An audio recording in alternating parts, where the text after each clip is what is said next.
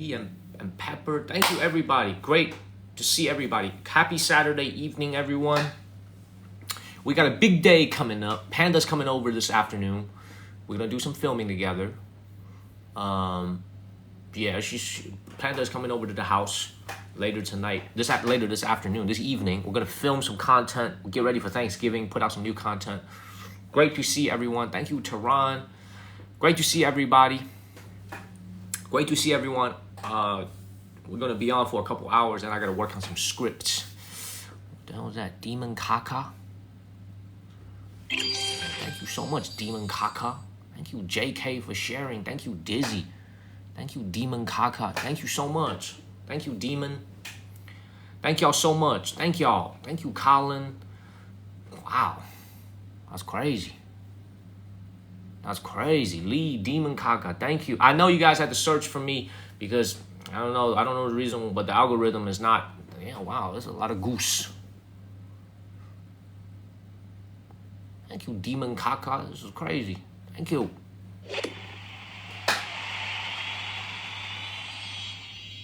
We just hit our goal. We just started the stream 2 minutes ago, y'all. We just hit our live stream goal. What the hell?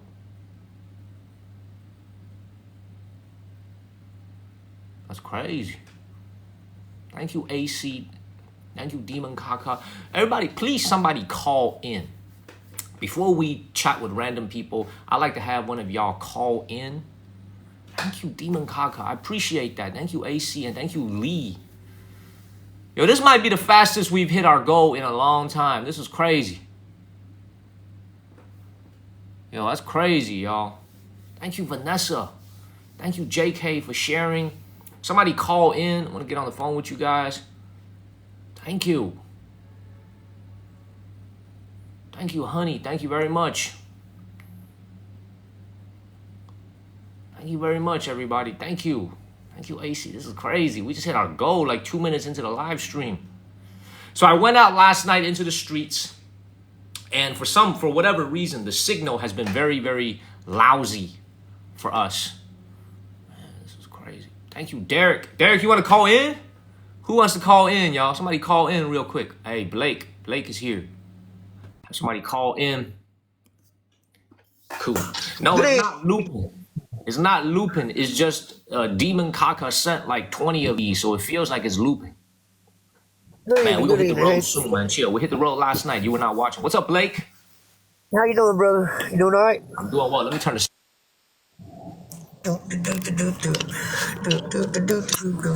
Can you hear me fine? I can hear you, man. All right, I'm in the car. We got a new vehicle, so we got the phone on the dash here. This is Blake from North Carolina. Blake.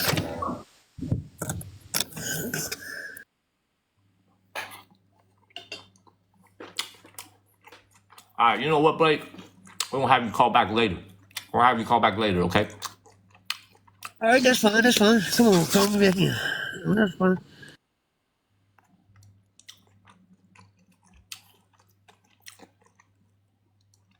Look, I'm gonna talk to y'all for a second. Look.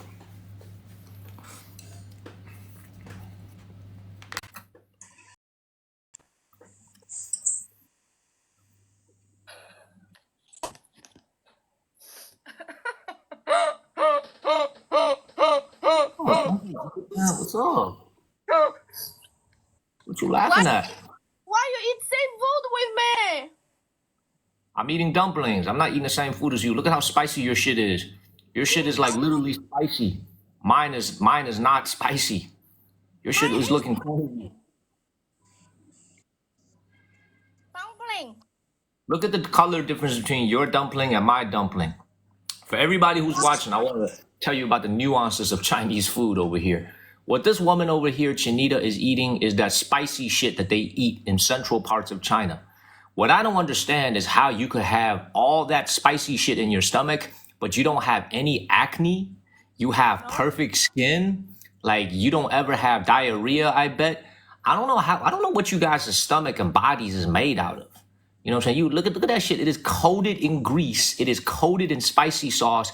And yet when I look at your skin, is perfect. You ain't got no breakouts or anything. I don't know how you do it. I honestly don't know how you do it. How do you do it? It's spicy. I did mine in vinegar. I did mine in vinegar. So this is our first dinner date. Yes, dinner date. That's right. That's right. How you doing? I just got on and eating. Yeah, me too. I just got on as well. Thank you, Kong. I'm just starting to eat as well. Look, Shanita, I gotta be honest with you. Every time I see you on, I try to talk to you. The reason I try to talk to you is because, like, it's very low pressure, low stress to talk to you. There are some folks, some girls that I talk to here on TikTok. It's very stressful talking to them. Thank you, Sherry and Kong. But it's very stressful because they always like thanking their supporters. You know, they be dancing. They be very hyper because they need to perform for their fans. You know, so it gives me a lot of stress talking to them. I like just talking to you because you chill. You know, you don't put a lot of stress, a lot of pressure on me. Honest with you, I do that shit too. I feel bad for my supporters. But every time when I with you, I don't do it because you talk too much. You don't give me chance to do that. You blah blah blah blah blah blah, never stop. How I can do that? You sad story, your shoe story, your scooter story. You didn't give me chance, Daniel. I listen. I'm gonna listen more. I'm gonna listen more. I'm gonna listen more. Oh, you lazy now? Yeah. Because you also eating? I'm also eating. I would like to listen more. Dude, the shoe story was a good story. You made me You wanna ask hear- all the men I knew yesterday about the coupon. Hey, I got one of my viewers, Derek, here. I would like to ask Derek this question. I want to know Derek's opinion. Okay. So I was asking this woman, Chanita, over here, if you go out on a date with a woman and you guys go to a nice restaurant, okay, and you guys are vibing, you obviously the man, I'm gonna pay for dinner, but you have like a coupon for like 10% off, not 20, not 30. You have a coupon for 10% off. Should you whip out the coupon and use it at the end of the meal in front of her, or should you just pay the full price? Okay, I was asking her this question. I wonder what Derek thinks. Okay, I wonder what Derek thinks. Okay, because me, what I've been doing, everybody, is I tell them I need to go to the restroom, I need to go to the toilet. So I get up from the toilet, I get up from the seat, I go to the toilet, use it later, pay the full price. Thank you, Callie. Thank you, Vanessa. I go use the restroom, okay? And then while she thinks I'm at the restroom, I go to the counter and I pay and I use my coupon. So that's what I've been doing. Okay? Nothing wrong with that. I'm trying to see if, man, Derek gone, man. Use the damn coupon, Linda said. Yeah. All right, so what's your plan? What's your plan for today, Janino? What's your plan? You mean on life or what? Yeah, in life. You getting your master's degree today? What are you gonna do? You gonna take the GRE today and get ready to go to grad school? What's your plan in life? I'm going to buy a expensive shoes. You gonna buy a what? A what? You gonna buy a what? A shoes. Oh, Yes, with my 10% coupon. I ain't gonna pay for that shit. I ain't gonna pay for that shit. Man, I don't think it's good that we're both eating, man. I'm gonna stop eating while you eat. I'm gonna keep this conversation going because you eating and you not. I'm gonna keep the conversation going. Yeah, keep it. Talk to my audience about something interesting because you know I talk about. He said Charlie already paid for it. Yo, somebody just said Charlie already paid for the shoes. Charlie Lambert already paid for the shoes. That's a man. Don't talk. Oh, let me introduce you this person. She is one of my favorite. You should have her. Okay. Sister, Sorry. it's okay. It wasn't that romantic.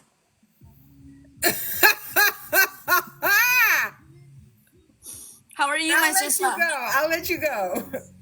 Sister, this is my friend Daniel. He's very funny. I think you two can match with the energy. Oh, Yeah. okay. Hi, Daniel. How are you? Nice to meet you. What's Nice your to- name? I'm Brittany. Brittany, nice to meet you. I'm Daniel. I'm from North Carolina. Oh, okay. I reside in Louisiana. No, Deborah Waller, you have been great. Thank you, babe. I didn't see your name up there. I'm so sorry. He look like my cousin, but he speak perfect English. Don't have any concern. My sister, his English is made in U.S. His English is made in U.S.? Yes, mine is made in China, but he made in U.S. He is, yes.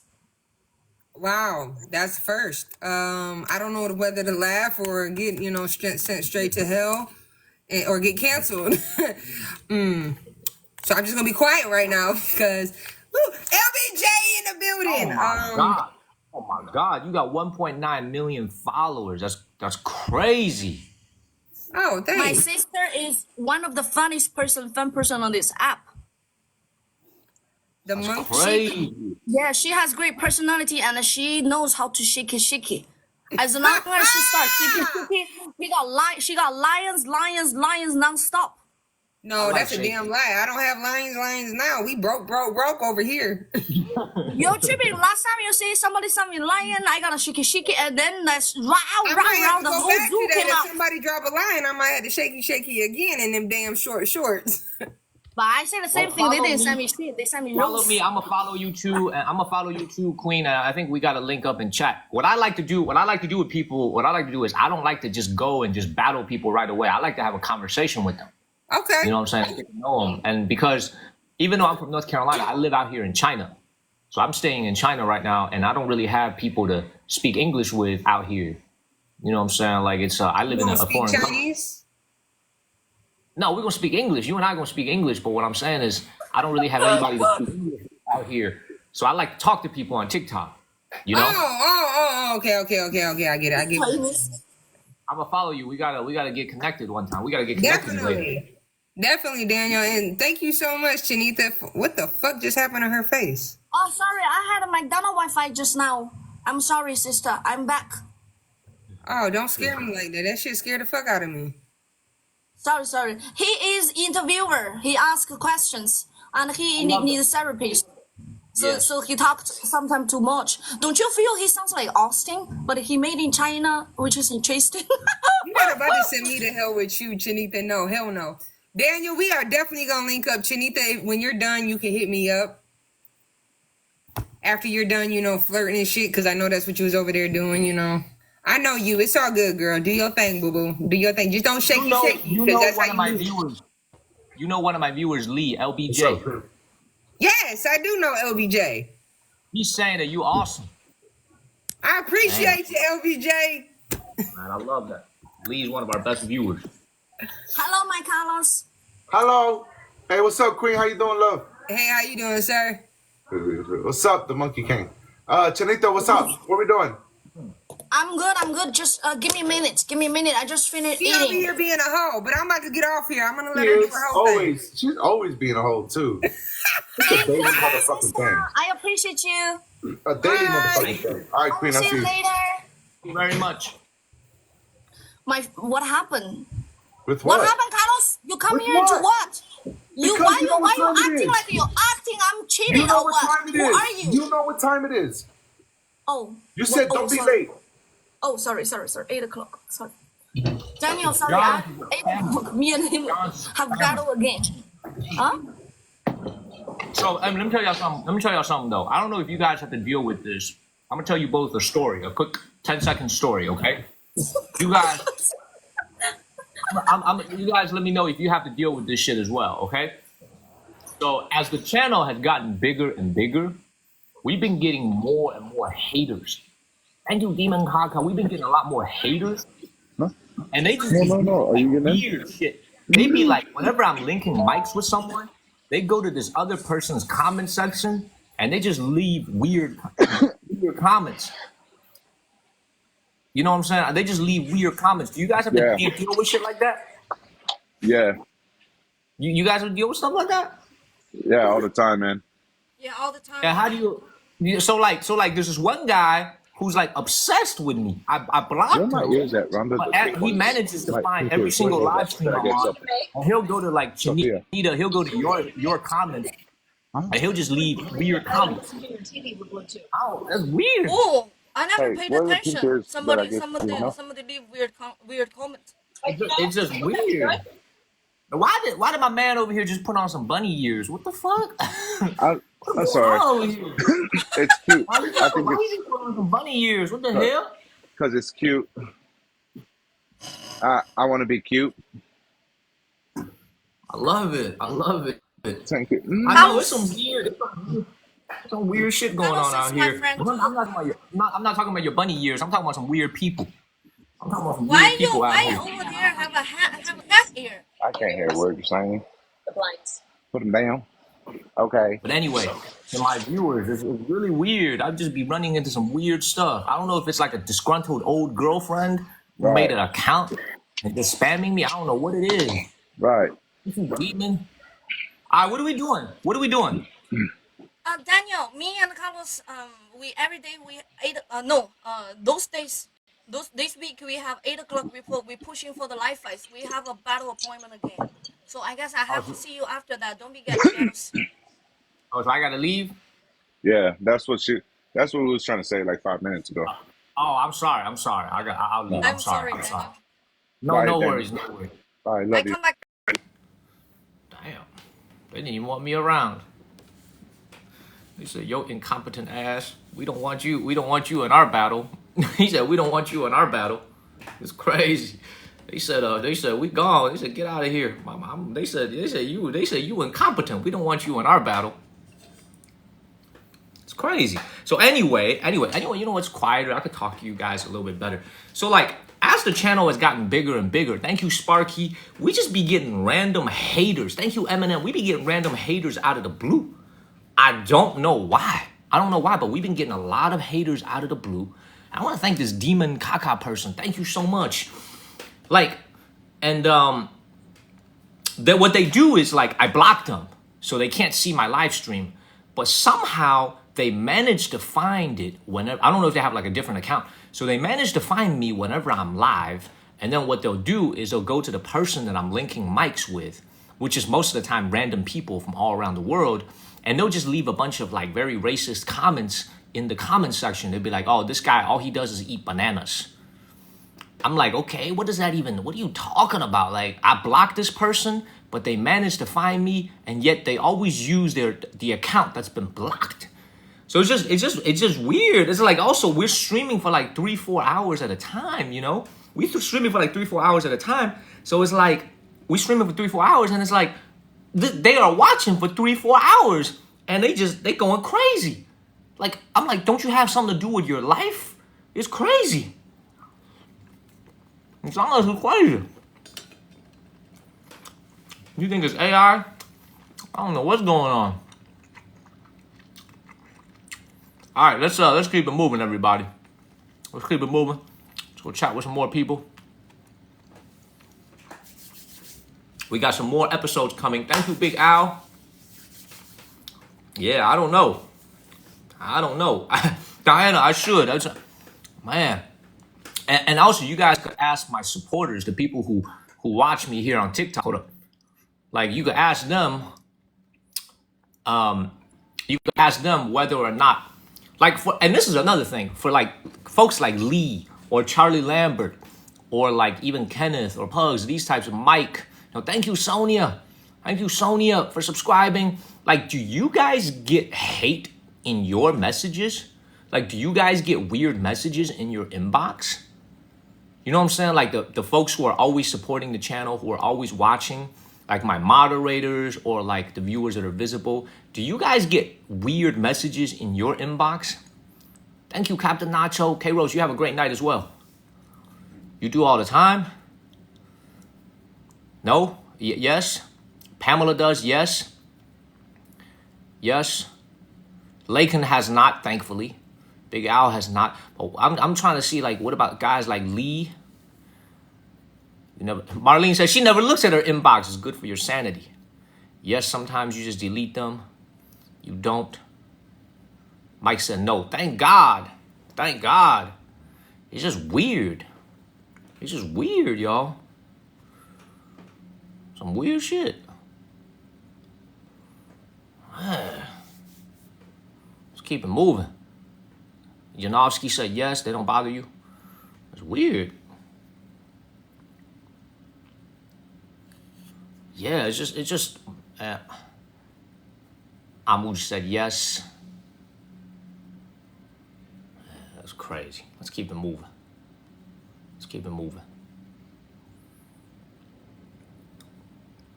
All right, let's find some people to talk to. Let's keep moving.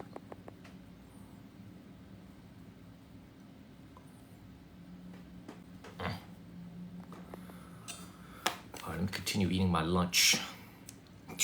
I gotta ask Charlie this. He's out at the club right now.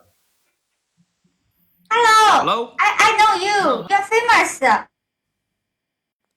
I'm not famous, man. You're You got famous. the wrong You are person. Chinese people and you are in American. Oh yes, I'm Yes, an American. because Yes. yeah, one of my bro know you. He recommended me to see you. He even sometimes gifting you. I see him. 哎呀， Thank you. 他现在不在啊。我们先can we follow each other? You follow me first, and then if you're interesting, I'll follow you. I'm of course interested, but right now I'm not a lot of power. I just start live streaming. If you want to battle, it's okay. No, I don't want to battle. 我想聊天. I want to talk to you for a second.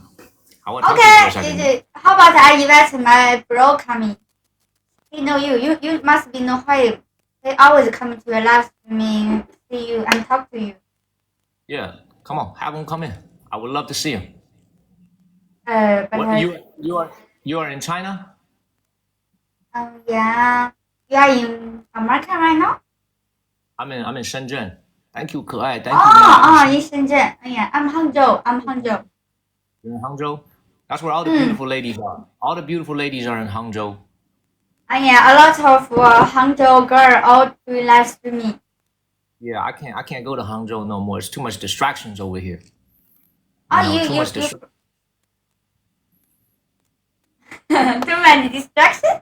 I mean, you coming you from American back to China for a little time or just stay for the New Year? I've been back in China for 6 years. I love living in China. I've been here for 6 years.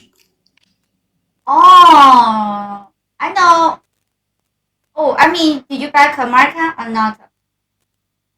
I can't go back to America because they deported me. Yeah, they deported me. They don't want me back no more. They said, you're not welcome back.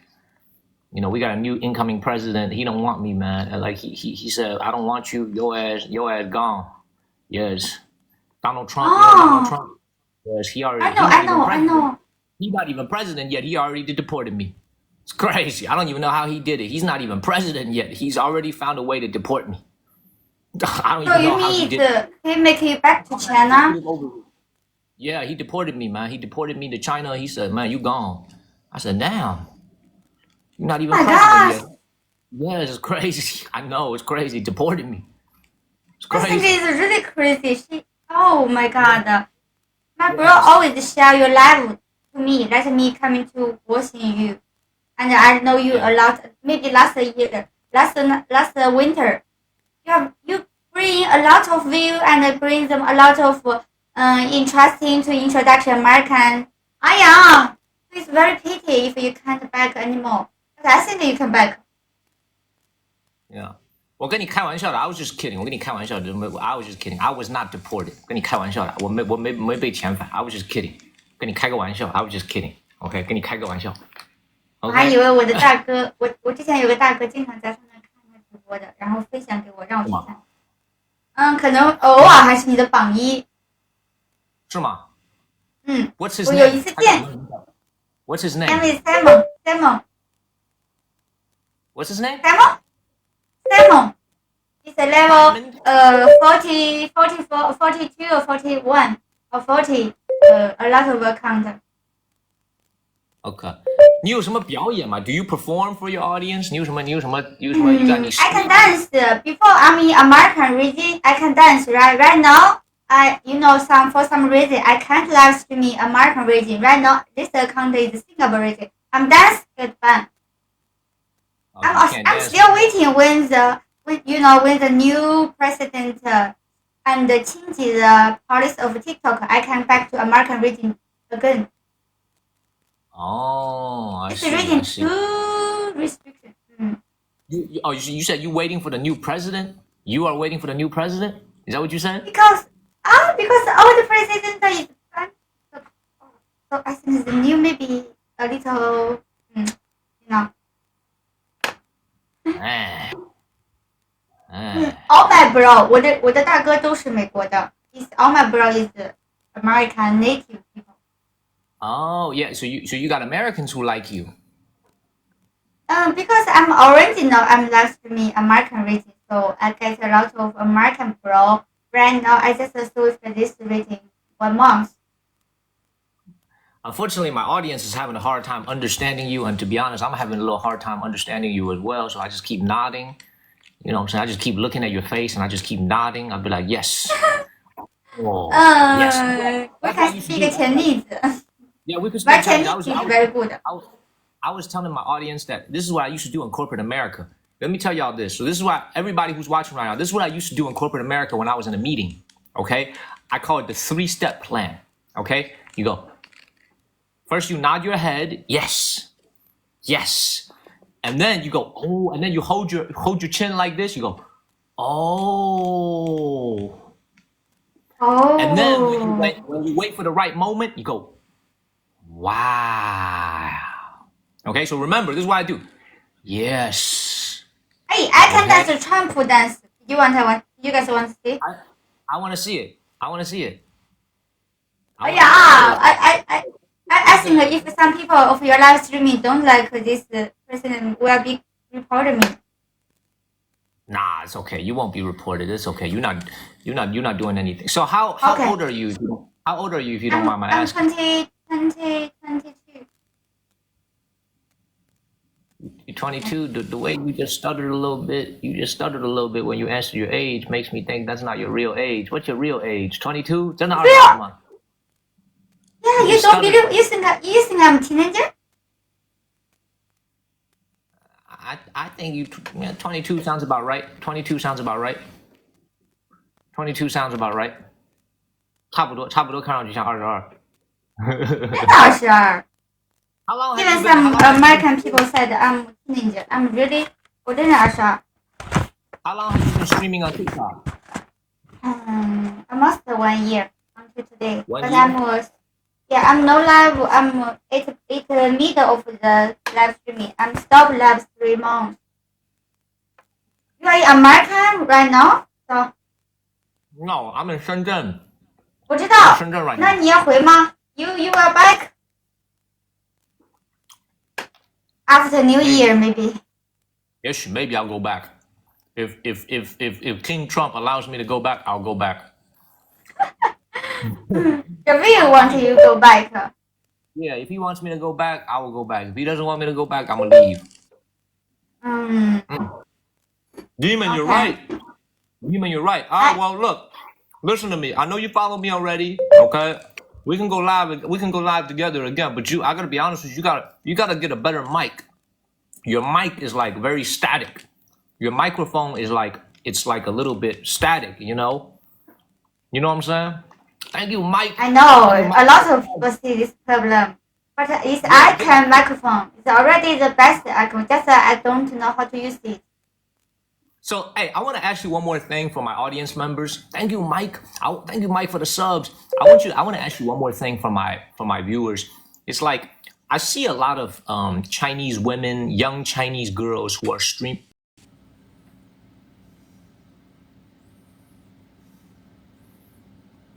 The fuck? Thank you, Mike. If you got a free sub from Mike, please give him a word of thank you. Thank you, Mike, for the subs. Thank you. I was about to ask her. Look, I actually started this stream today because I have a serious conversation I wanted to have with you guys. Okay, so like I think she just had internet problems. So, you know, we are in a transition phase in our channel.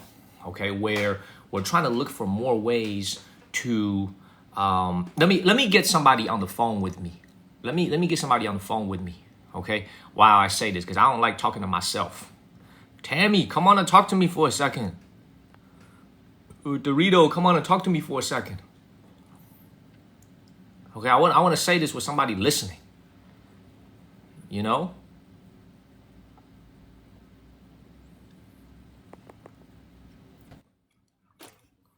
What's up, Tammy? Yeah, Tammy's like my therapist. She's got the softest voice ever. Okay, I know y'all are listening, so I just want to have like, I want to hear like some feedback as I'm talking, you know? So, Tammy, great to see you. Yeah. Good evening. Hey, Tammy. Look, listen to everybody. Listen to her voice. Listen to Tammy's voice. Hi, everyone. The most amazing voice ever. She sounds like Siri. So, anyways, everybody, let me tell you what's been on my mind these last. I will tell you that it really started when I came back from Beijing in the very last few days of September. And then in early October, I'll tell you what I was feeling. Okay, thank you, Shelby. When I came back from Beijing, we wrapped up 84 days on the road. So we were on the road for close to 3 months. We hit up like 22 different cities within 84 days. So on average, we stay at every city for like 3.5, 4 days. And I came back to Shenzhen and I just felt like, I don't know how to explain it, but I just felt kind of tired. You know, I kind of felt tired mentally and physically. And me and Panda were strategizing. We were talking. We were like, okay, how do we, you know, we were like, okay, what do we start this channel for? Like, why do we start TikTok? Okay, we started it because we like to make history videos. We like museums. We like artifacts. We like to make videos. That's how we started last late November, right around this time. And our first video that went viral is still the pinned video in our homepage, the one with the terracotta warrior. That's the video that went viral. It's got over 3 million views now. So that was our first ever piece of success on TikTok. And in February, when I started streaming, it was like a lightning in a bottle. I never knew that people wanted to watch. I never knew that it was people that were interested in this, but I figured it would be a way for us to get more views to our videos. So when I started streaming, it was actually all to help our videos. It was all about funneling more traffic to our videos, which is what we started the channel for, to make videos. Well, this thing kind of took on a life of its own, and you know, we became more and more successful, more and more people watched. So we began to be on the road for longer and longer. And, you know, I'm the one who's out in the streets. And then Panda is the one who does a lot of the planning with what city we're going to, and then what we're going to see in each city, where we're going to go eat and do the food live streams, so to speak. And it just got bigger and bigger. And what I realized was our video quality was slipping. What I mean by our video quality was slipping was when you're on the road for 84 days, you don't have time to make videos. You don't have time to sit in front of a green screen at home and write a detailed script and then make the video and then do the editing, because when you're on the road, you're always streaming, and when you're in the room, you're tired. So I noticed that our video quality was slipping. You know, it's like you run a factory and then you notice that your factory output is like getting lower in quality. So this is pretty much one of the big reasons why in the month of October I didn't stream that much, is because I wanted to sit down and really write some decent scripts and to make our videos better. So that's what I did pretty much all of October. I used that time off to write some good scripts and to plan out the future. So that's what we did. And you know, it just got to a point where I was like, you know, we need to think about the long-term sustainability of this thing. How do we make this channel successful for a long time, not just a lightning in a bottle? Because here's the crazy thing about it. You know, I say this to people all the time. I have had more exposure to this country on the road in the last 7 days than, to be perfectly honest, most Chinese people do in their entire life. There's like 1 billion Chinese people here. I have traveled to more cities, more places than probably most Chinese people living in this country. So what that does for me psychologically a little bit is that it makes me a little bit, I've had like almost like a lifetime of travel and exposure in just 7 months when it comes to this country. And I realized what it did to me was that it made me a little bit more it made me a little bit more jaded. I realized I wasn't getting as excited by the things that I was seeing on the streets every day as when I first started. Because when you go to a night market 3 times a week and you do that for 9 months, it was starting to become like it was starting to not be so fresh for me.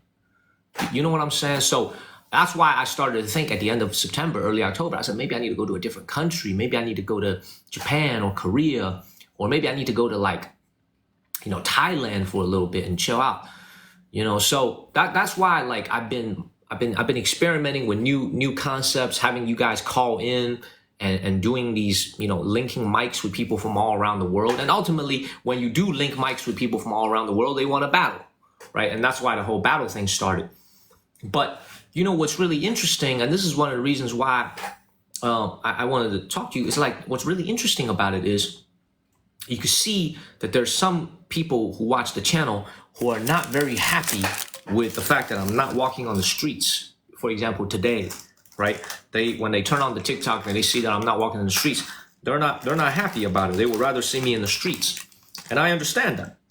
And but you see, the thing is, the way some of the folks choose to express their displeasure with maybe they don't like a new format, that's what sometimes gets to me.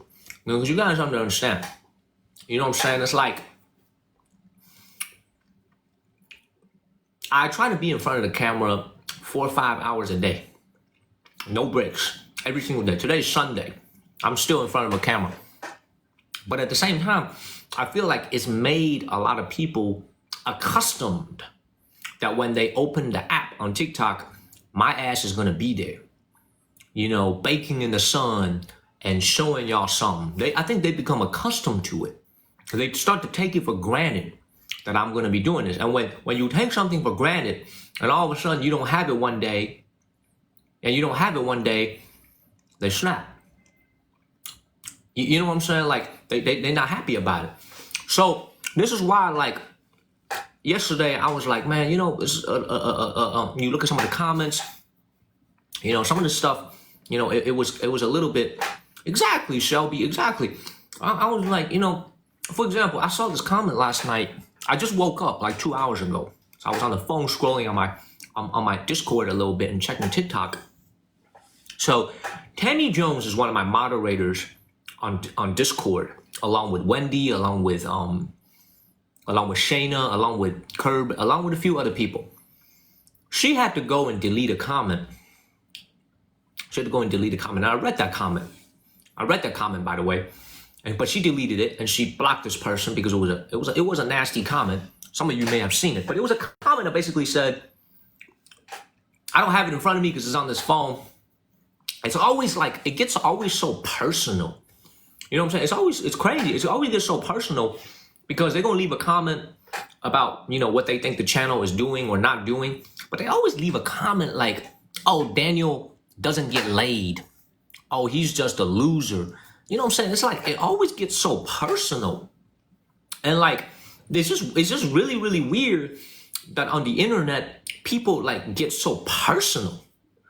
You know, so first of all, we know that's a damn lie. We all know how many WeChats I get. We all know how many WeChats, and we know how much people be blowing up my inbox. So we all know that's the lie of the century. We all know that's the lie of the century. Okay, but they be saying it. But it's like, you know what I'm saying? It's just like, you know, it's you could like what we're doing or not like what we're doing. That's okay. But you ain't got to get so personal. You know what I'm saying? You ain't got to get so personal. And that's why I find it really, really, you know, it almost makes you lose faith in humanity a little bit when people just keep getting so personal for no reason. You know what I mean? Like, I don't know these people. Daniel. Yes, Tammy. Yes, Tammy. You have somebody right now that is making comments to you that is calling you lazy. So I thought I'd let you know. Yes, but see, that's fine. That's fine. I haven't looked at the comments as much, but now I'm looking at it. But it's like, you guys know what I'm saying? You know what I'm saying? It's just like, it's just crazy. It's just crazy, you know? So I appreciate like everybody who's here supporting me and stuff, but it's just like, here's the thing. I'm going to keep doing my best to make more amazing videos. As a matter of fact, we're filming this afternoon. So Panda's coming over. I think Panda is coming over maybe 6 or 7 o'clock. So she's coming 6 or 7 o'clock. We're going to make more amazing videos and we're going to keep posting them. And I'm going to keep doing my live streams, whether it's indoor or outdoor. But, you know, I just want to, like, you know, in front of 400 people watching, like, my moderators are my angels because they really care about the well-being of not only the channel, they care about the well-being of me. You know, I've had a lot of viewers who really care about me who say, look, you need to slow down or you're going to burn out. You need to only stream once a day or maybe every other day or not go out as much or you're going to burn out. So there's a lot of people that really care about me. You know, hey, I appreciate you, Charlie. I appreciate you, Charlie. But it's like, you know, it's just, you know, it's like, you know what I'm saying? It's like, I don't know. I just wanted to rant for a second. And this is one other thing I have to say. In that comment that Tammy Jones deleted, okay, there was one thing before she called me a loser. Literally, she said, this is a loser that doesn't get laid. Before she called me that, she said,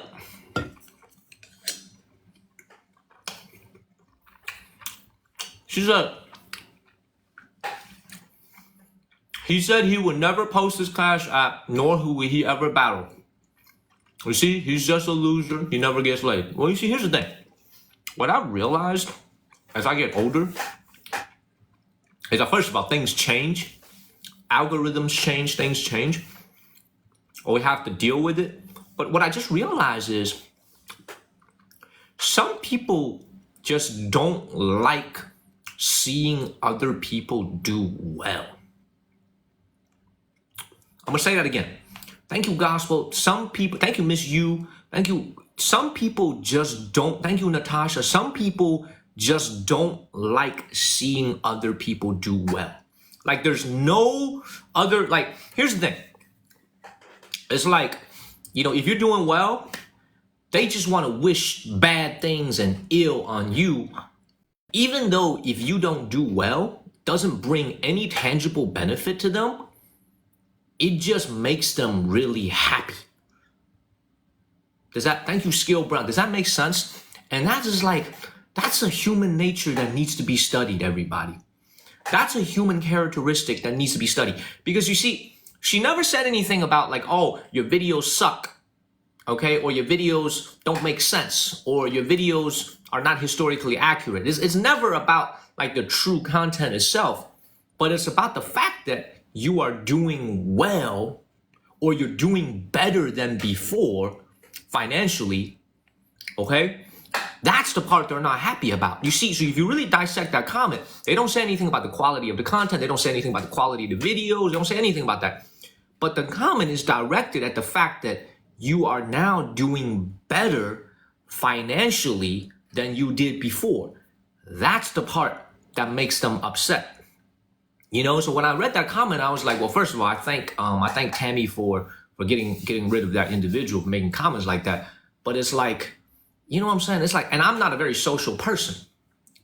You know what I'm saying? Like, I'm not a very social person because I could be honest with you guys, man. Like, I'm not a very, I deal with so many crazy things. It's crazy. It's crazy, you know? So I was just like thinking about this. I woke up the first thing in the morning to this. I woke up in the morning, I opened the Discord channel, I see 10 chats. I see 10 messages. I see 10 freaking messages in my moderator chat group. I said, oh shit.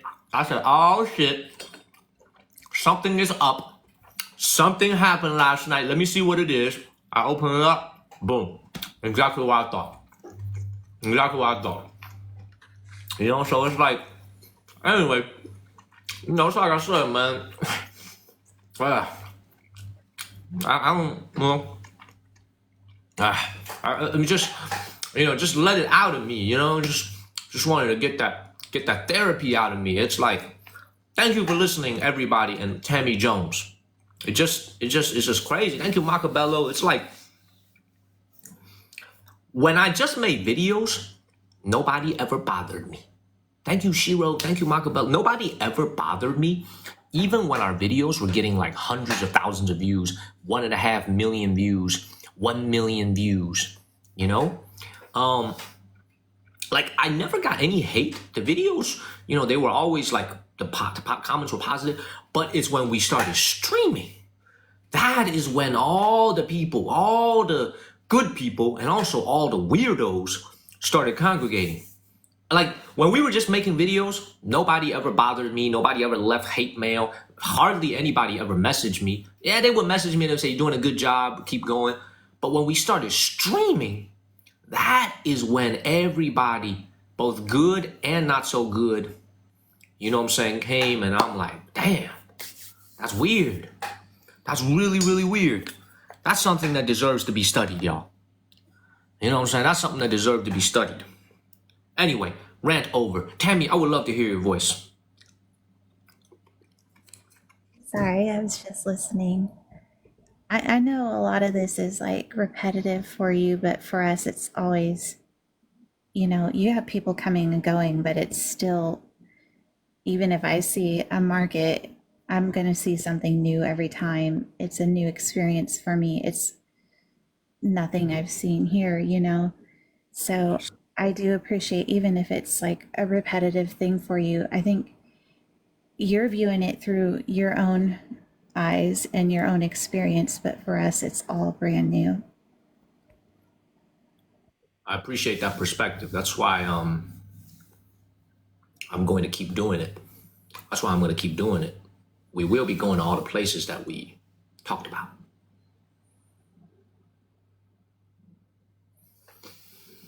Yeah, just a little bit, like I said, just melancholy, man. A little bit, you know, thinking about human nature. And, you know, this is why as you get older and older, and fortunately through social media, I get to reach out to so many of you. Thank you, Marlene. I get to reach out to millions of you, hundreds of thousands of you that I've never met before. And I'm grateful. Unfortunately, it also brings in people that I would never, ever, ever be associated with in real life. And they could sit around in a keyboard and just, you know, go on somebody else's live stream when I'm linking mics with them and say things like, oh, you know, he eats bananas for a living on live stream. You know, just like blatantly racist comments, weird comments, you know? So like I said, you see all kinds of people, and the older you get, the more people you see, you begin to understand quotes. Like when they say, if you want a friend, get a dog. You start to, unfortunately, understand quotes like that as you get older. You know, it's like a bunch of keyboard warriors. Anyway, we're gonna be super focused on making good content. I appreciate y'all for always sticking with me. We are going back out into the streets. We're going back out in the streets. Thank you, AC. We're just a little bit tired. We're just a little bit tired. You know, we're a little bit fatigued, and you know, need some time to recover the mind. Does that make sense? Thank you, JP. Thank you very much. I wouldn't say I'm burnt out, Oliver. It's just it gets repetitive. You know what I mean? It gets repetitive. And also the other thing is, like, you know, I'm a guy that picks up on things very quickly. Thank you, Jolie. Thank you, Colin. Hold on. I'm a guy that picks up on things very quickly. Hard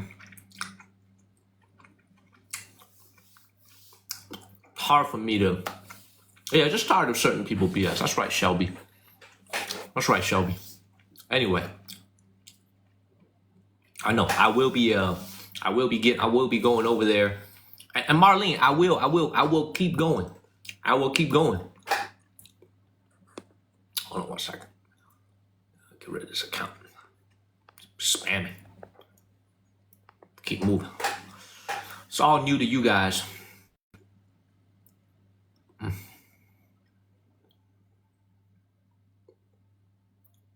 I am doing well. We are doing well. Thank you, Jolie.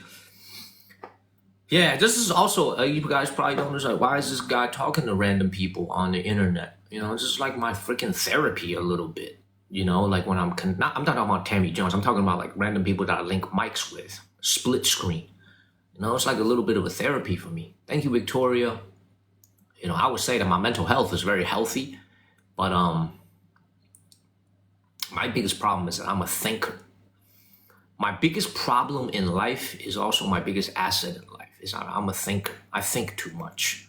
If I could just stop thinking, everything would be so much more laid back, so much less complicated.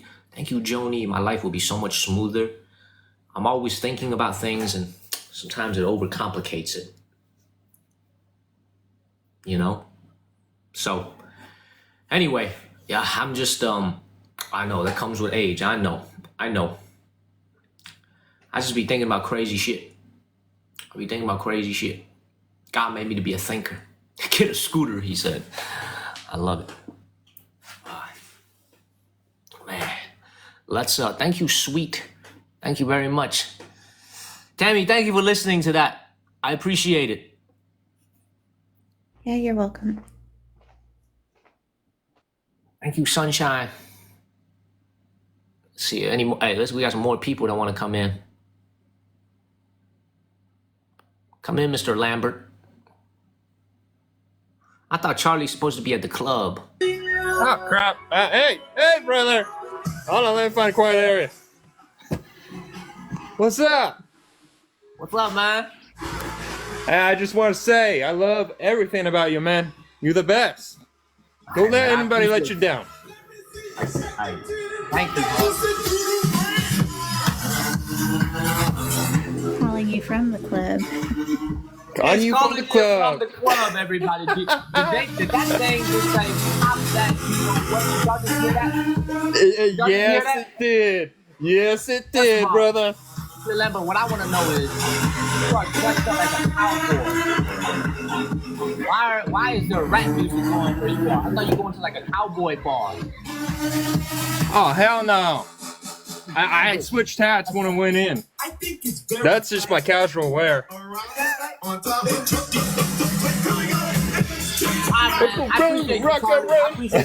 right, brother. Alright, man. I'll take it easy. Later. See you soon. See ya. Hey, don't make it rain too hard tonight in the club, okay? Oh, yeah, brother. Because I think he's at the club.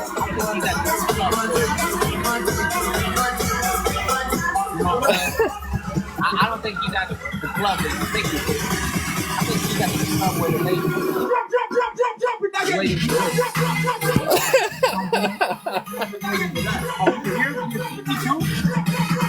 Woo! I see you later, man. Yeah, I'm in SF. I see you later, dog. Later, dog. Ain't right. Later. Thank you, Karen. All right, Tammy. That was a little rant from me. We're going to keep it moving. We're going to do some more chatting. Okay? I'm going to disconnect. Sounds good. Thank you, Tammy. You're welcome. Trevor. Thank you, Trevor. Thank you, Trevor. Let's keep it moving. I know he would. I would make a great wingman for him because this man is getting a lot of WeChats. He is getting a lot of... What's up, Barbarella? What's up, Barbarella? He is getting a lot of WeChats on TikTok. Yes, he is. Let's keep it moving.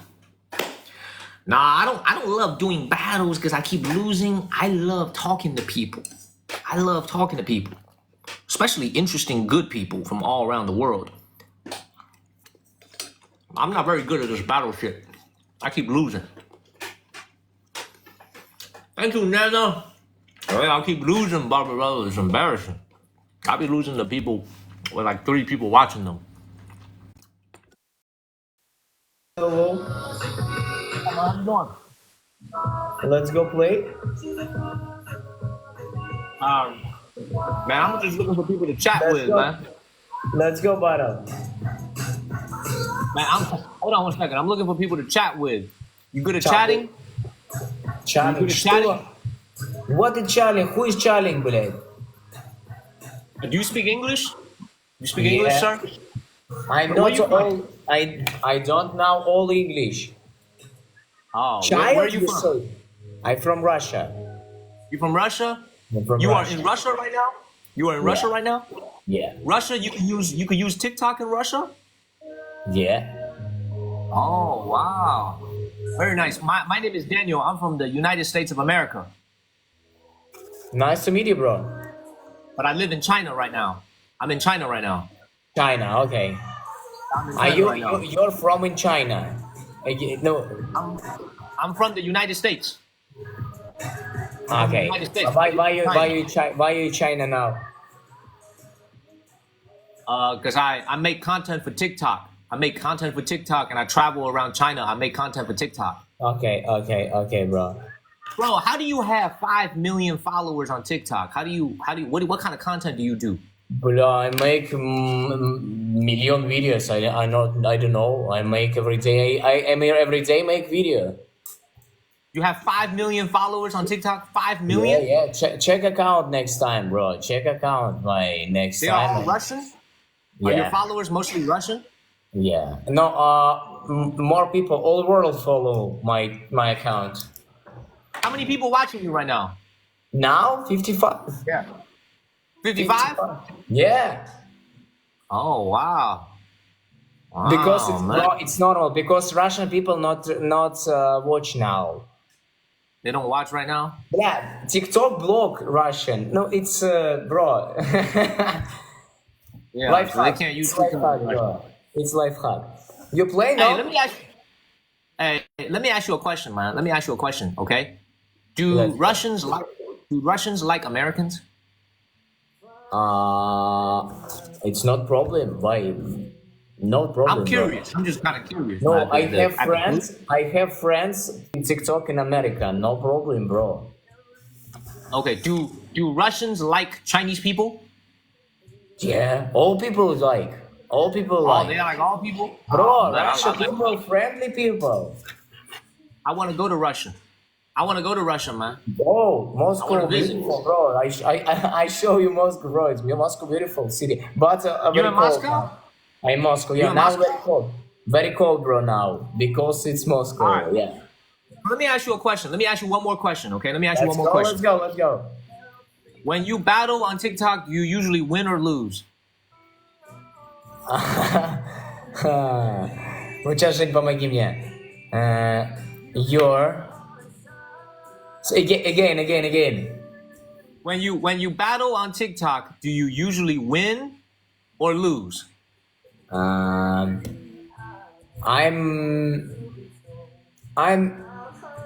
win, bro. More You win. what? More More win. win? More win. Yeah. You got that rich laugh. You got that rich laugh, huh? And you Okay, you let's- know, I watch you. You have amazing team. I show you gallery and show your team. I Yeah? show you followers. Yeah, I show you followers now. No, you're strong. I think. No, I always lose. I always lose. No, it's not true, Black. No, I'm Not serious. I true. lose a lot. You I A1 lose a league. lot. Hey, I'm representing America. You representing China. You representing Russia, man. Let's see who No, wins let's this go, one. let's go game, let's Might go be game. World I War don't know, III. maybe win, Needy team, blah, wake up, now needs amazing battle make and needs This might be a show preview. amazing result, please, now waiting for the game, let's go, 4 minutes, 45 seconds, up the screen, share left. Man, I'm gonna mute this dude right here. I'm gonna mute this dude right here. He got so-called 5 million followers. I don't know how the hell my ass is working my nuts off over here making history videos. I got like 300,000. And I don't know what kind of content he does, but he's got 5 million followers. It's freaking crazy. It's nuts. I need to stop making history videos, dye my hair yellow. I need to dye my hair yellow like this gentleman over here. Thank you, sweet. Thank you, my sweet angel. I need to dye my hair yellow and just stop making history content. I get 5 million followers too. Shit. Mike, exactly. It's like how you got, Mike, it's like how you got 5 million followers and you only got 55 people watching. That's crazy. Man, Katie, the two times point should be coming up. Thank you, Marlene. Also, I didn't even know that they had TikTok in Russia. I thought that was banned. Thank you, sweet angel. Good looking guy, though. Very handsome guy. Okay, very handsome guy. He'd be representing Russia from Moscow. Man, I need him to share some of that 5 million followers with me. That's what I need. Let's keep it moving. Nana, you checked out his videos? He said he worked for Putin. Thank you, Marlene. Thank you, Isabel.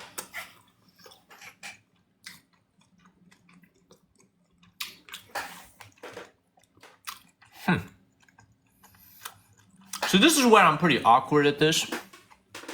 Okay? Where I don't know how to egg my viewers on. I just look at the screen. And usually I try to chat with people. Okay? Thank you, Martha and Diane. Thank you, German girl.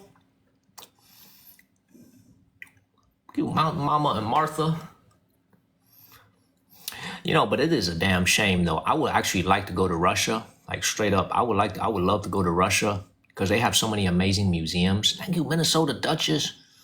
And Martha, they have so many museums in Russia that I can go and film. You know what I'm saying? Like they have so many amazing, there's so much amazing history. The reason why I asked them this, I'm gonna explain something to you guys. After this stream is over, I'm gonna talk to you guys about how I feel about Russia as a country and how I feel about Russians as a country. I'm gonna wait till I'm done with this battle. I'm gonna give you guys my 2 cents. All right, so wait till this battle is finished. I'm gonna let you guys know my opinion. So we are on this doubles thing right now. Thank you, Marlene. Thank you, Powlab. We just hit the double. Thank you, Marlene Dixon. Thank you, Mike. Thank you, Callie. By the way, man, this gentleman, Mike, I'm gonna say something. Like Marlene, Mike, so many people supporting the channel. I don't even know what Mike sounds like. I've never spoken with Mike. I've never spoken with Trevor. You know, thank you, Martha. I've never spoken with Martha. Thank you, Drea. Like, they just supporting the channel. Thank you, Wendy. I know what Wendy sounds like. I've spoken with Wendy before. Thank you, Teresa and Marlene. It's like so many people who support the channel. I don't know what Jolie sounds like. I don't know what Nana sounds like. You know, so many people who support the channel just showing me love. I seriously don't even know what Mike sounds like. You know, this dude has like cashed at me like 5 times already, and he's always showing love. Never messages me, never asks me for anything. It's crazy. I appreciate all of y'all. I appreciate all y'all. By the way, I want to talk to you guys about this Russian thing after he leaves. I don't want to say it in front of him. I'm gonna give you guys my you have a Jersey accent? Oh, Jolie, I can't wait. I can't wait. I can't wait to hear that. I love a Jersey accent on a woman. He's getting beat by a lot, y'all. I don't know if this is like, what the hell's going on? This dude got 5 million followers, man. He getting beat by a lot. I don't want to sound too old. I like how he tilted the camera close towards him as he's losing. Man. So somebody call in. I'm gonna wait for this battle to be over, and then somebody call in. I wanna talk to you guys about this Russian thing because it is an interesting topic. So we're gonna wait for this thing to finish. We're gonna wait for us to win. Thank you, German girl. Thank you, Martha. He ain't smiling no more. You're about to lose. Man. Who's this? America wins. America wins. No, America your wins. Your wins my battle. Your wins battle. America not wins. America wins. No. Hey, man. It was very nice meeting you, man. Make sure you follow my channel, my friend from Russia. What's your name? My name Alex. I follow you next time battle because now it's a shame for me. I'm shocked because my team watch your live and not support and not give blood roses and not tapping. I'm shocked. I'm now delete TikTok. And delete my channel. All right, send all your followers to me. If you delete TikTok, send 5 million people over here, okay? Say, okay. Very nice to meet you, man. Very nice to meet you, sir.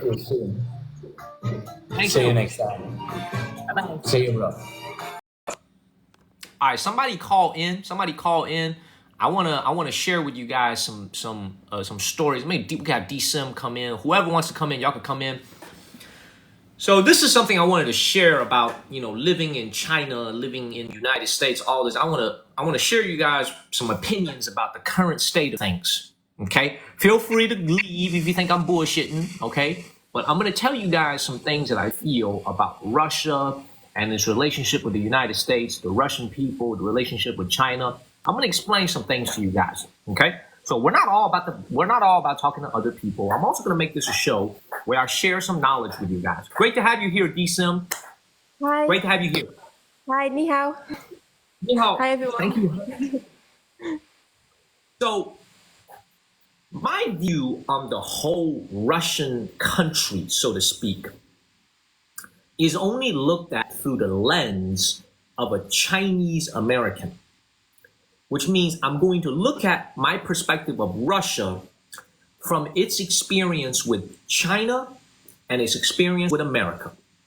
I can't speak from a German perspective. I can't speak from a British perspective. I'm going to look at it from the perspective of a Chinese American. Okay. Historically speaking, the Russian nation, historically speaking, in recent history, has been a great polarizing relationship with China. Meaning, let me explain to you what I mean by that. When New China was founded in 1949, when the Communist Party took over, Russia was one of the largest sources of foreign aid because they were both communist nations. So they sent over scientists, they sent over researchers, construction teams, engineering people. They were actually in the process of helping China make a nuclear bomb. So a lot of people don't know this. Russia was in the process of helping New China make a nuclear bomb in the 1950s. The relationship soured when Khrushchev took power, Nikita Khrushchev, okay? When he took power, the relationship went downhill and Russia took back all its scientists, they took back all of its researchers, they took back all their engineers, okay? But during that roughly 10, 15 years, I would say about 10 years, China and Russia enjoyed a great relationship. And Russia is responsible for some of the biggest technological leaps after the founding of New China in 1949. Okay? But what a lot of people also don't know is that if you look at China as a country, in the Qing dynasty, the Chinese map was a lot bigger than it is now. If you think China is a big country today, wait till you see what China looked like during the Qing dynasty. It was way bigger. Russia is the single-handed biggest source of theft when it comes to almost all of the stolen land from the Qing dynasty. I'm going to say that again. Russia is the single-handed biggest source of stolen land in modern Chinese history. And I will tell you each one. I'm gonna give you an example for each one, because a lot of you guys don't know this. A lot of y'all don't know this. China fought 2 wars with England. Opium War number 1, Opium War number 2. China fought 2 wars with Japan. Sino-Japanese War number 1, Sino-Japanese War number 2, aka World War II. England doesn't have an inch of Chinese land today. The only land that they had was Hong Kong, and that was returned to China in 1997. Japan does not have an inch of land on Chinese mainland territory. They are arguing over some islands in the middle of the Pacific Ocean. Okay? So my point is, 4 wars with England and Japan, yet for the most part, these 2 countries don't have any land with Russia. Well, don't have any land from China. No wars fought with Russia, yet they got at least 1.5 million square kilometers of Chinese land. And what they do once they take that land is that they erase all of the Chinese heritage. So they tear down all the Chinese buildings. They erase all the Chinese writings. They get rid of all the Chinese customs. They build Russian buildings. They make sure everybody living there speaks Russian. So they erase all traces of Chinese history in those territories that they stole.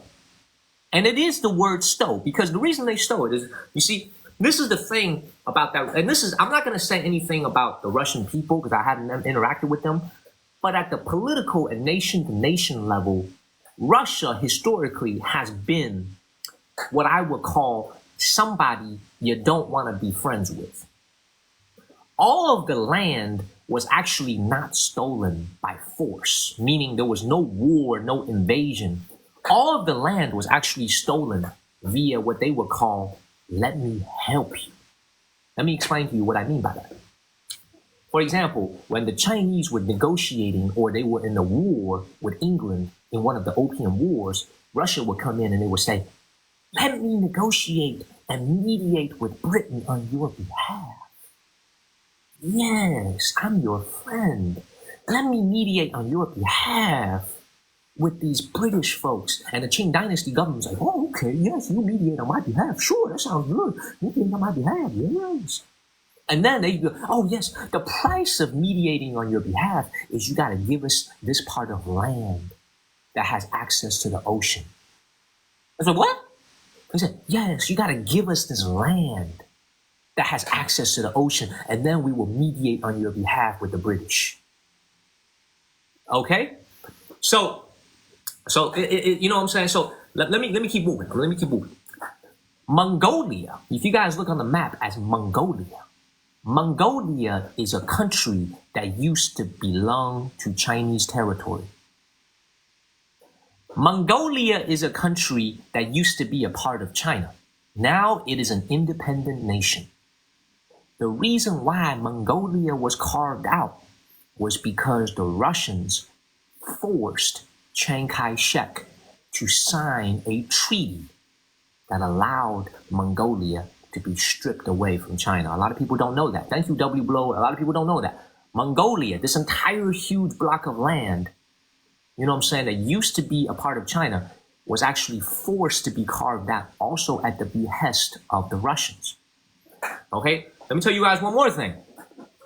After New China was founded, a lot of people, you know, when you study Chinese history as much as I do, you know, this is also why when I tell you guys this, I have a lot of respect. You know, I think I made it very clear. I have a lot of respect. When I was growing up in America and I was getting exposure to Western education, you know, I didn't understand Chinese history as much as I do now. I have a lot of respect, as I told you guys on live streams repeatedly. I have a lot of respect for the Chinese Communist Party, and I have a lot of respect for Chairman Mao, and I'm going to tell you the reasons why. Listen to me on this. Not because I'm living here and I need to make them like me or something. Listen to me on this. When New China was founded in 1949, it was very weak as a country. It had just fought essentially 18 consecutive years of war. From 1931 until 1949, for the last 18 years, it has been in a state of war. And it was a very weak country. It was poor. It was battle ravaged by a Japanese invasion and then a civil war. So what's going to happen is you got a very weak country and you have a neighbor to your north, Russia, that is looking at you like a hungry wolf looking at an injured deer.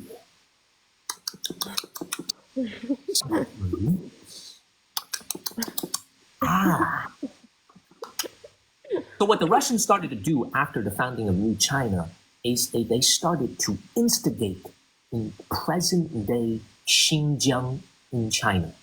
A lot of people don't know this, but I'm going to explain it to you. The biggest agitators in Xinjiang after the founding of New China was actually Russia. They funded different separatist groups in Xinjiang to try to split itself from China, and they also tried to grab some of that land. Okay? And this is why if you are a Chinese person, you gotta have respect for the intellect, especially the early years of Chairman Mao, because one of the first things that he did when he took power was that he sent in troops to places like Tibet. He sent in troops to places like Xinjiang so that they can consolidate the front, the interior, what we call, not the interior, what you would call the outer edges of China, because there were these enemies at the gate smacking their lips, wanting to take a piece of that pie.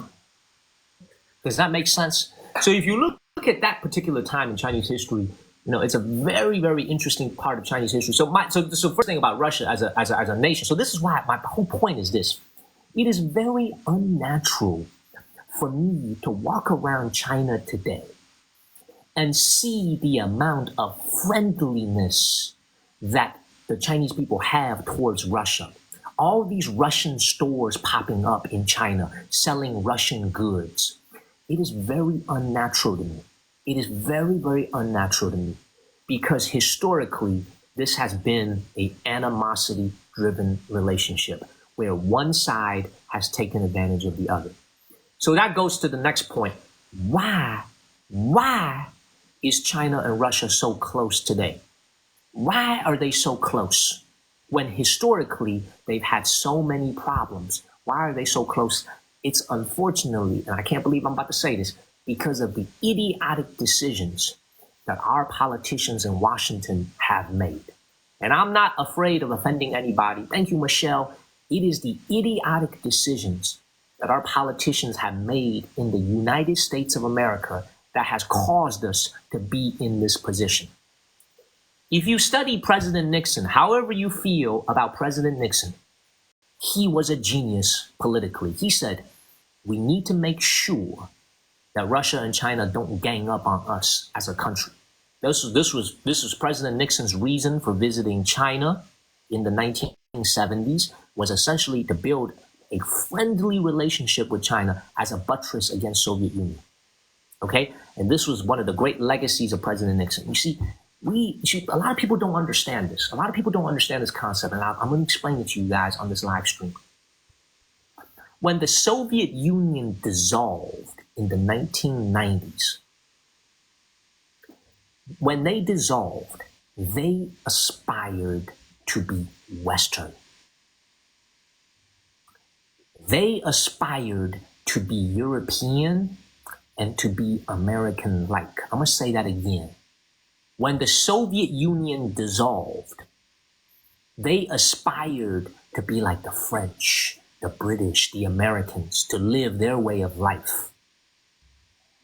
I'm going to say that a third time. They wanted to be like the Western countries. There was even one point Russia considered and even brought up jokingly with Clinton about joining NATO. Okay? There's an American phrase called hat in hand. Hat in hand means we accept that our experiment with communism, this is the Soviet Union, was a failure. Now we want to be a democracy like you, the United States of America, like you, England, like you, France. Accept us into your club.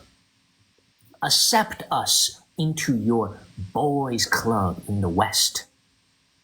Okay? They were hat in hand, very, very humble, wanting to be a part of the Western club. When I say we fucked it all up, and I mean this, we fucked it all. If you look at literally, I encourage some of you to look at old videos from the late 1990s, early 2000s of Vladimir Putin when he met George W. Bush. Okay? Look at his facial expression, look at his demeanor. Right? He was much younger back then. He was a lot, in the presence of George Bush, he was like a younger brother. He was very accommodating. You know what I'm saying? He was very, very, you could say whatever you want about him. They were ready to work with us. They were ready to work with us. They were ready to become a part of the Western club. We fucked it all up. Why? Because we are so hostile towards them. We're so unfriendly towards them. You know what I'm saying? We keep pushing into their borders. We keep putting troops all around their borders. Okay? We keep putting missiles.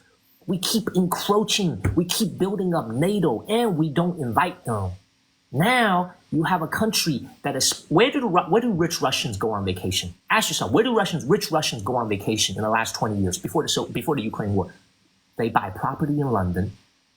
They go to France. They go to Italy. They go to Monaco. Where do they buy property? They buy property in Paris. They buy property in Rome. They buy property in London. They want to be a part of the West. You know what I'm saying? They identify especially so with the West. How many Russians in the last 20 years was coming to Beijing to buy real estate? How many Russians in the last 20 years was coming to Sanya? Right? That all started when we antagonized them so much. We continue to antagonize them so much that they said, you know what? This is never going to work. America is never going to trust us. They're never going to embrace us. Okay? We need to go in a different direction. So all the things that you see happening today in the world, and I'm in the mood to talk today, all the things that you see in the world today is a result of us pushing them away. We push them away. Because you got to understand, the thing about Russia as a country with the United States is, see, Russia is really, in many ways, if you think about it as an American, they really don't have a conflict of interest with the United States. I'm going to say that again. As an American, listen to this point. Listen to this point very carefully. Russia doesn't really have any inherent conflict of interest with the United States, meaning their population is pretty small. There's not a lot of American jobs being exported, being outsourced to Russia. We don't have a trade deficit with them. They don't make cars. They don't make anything that we buy. So economically, they're not a threat to our workers. They're not a threat to our people. They're not a threat to our economy. Inherently, the only threat that we see them is just that they're very big.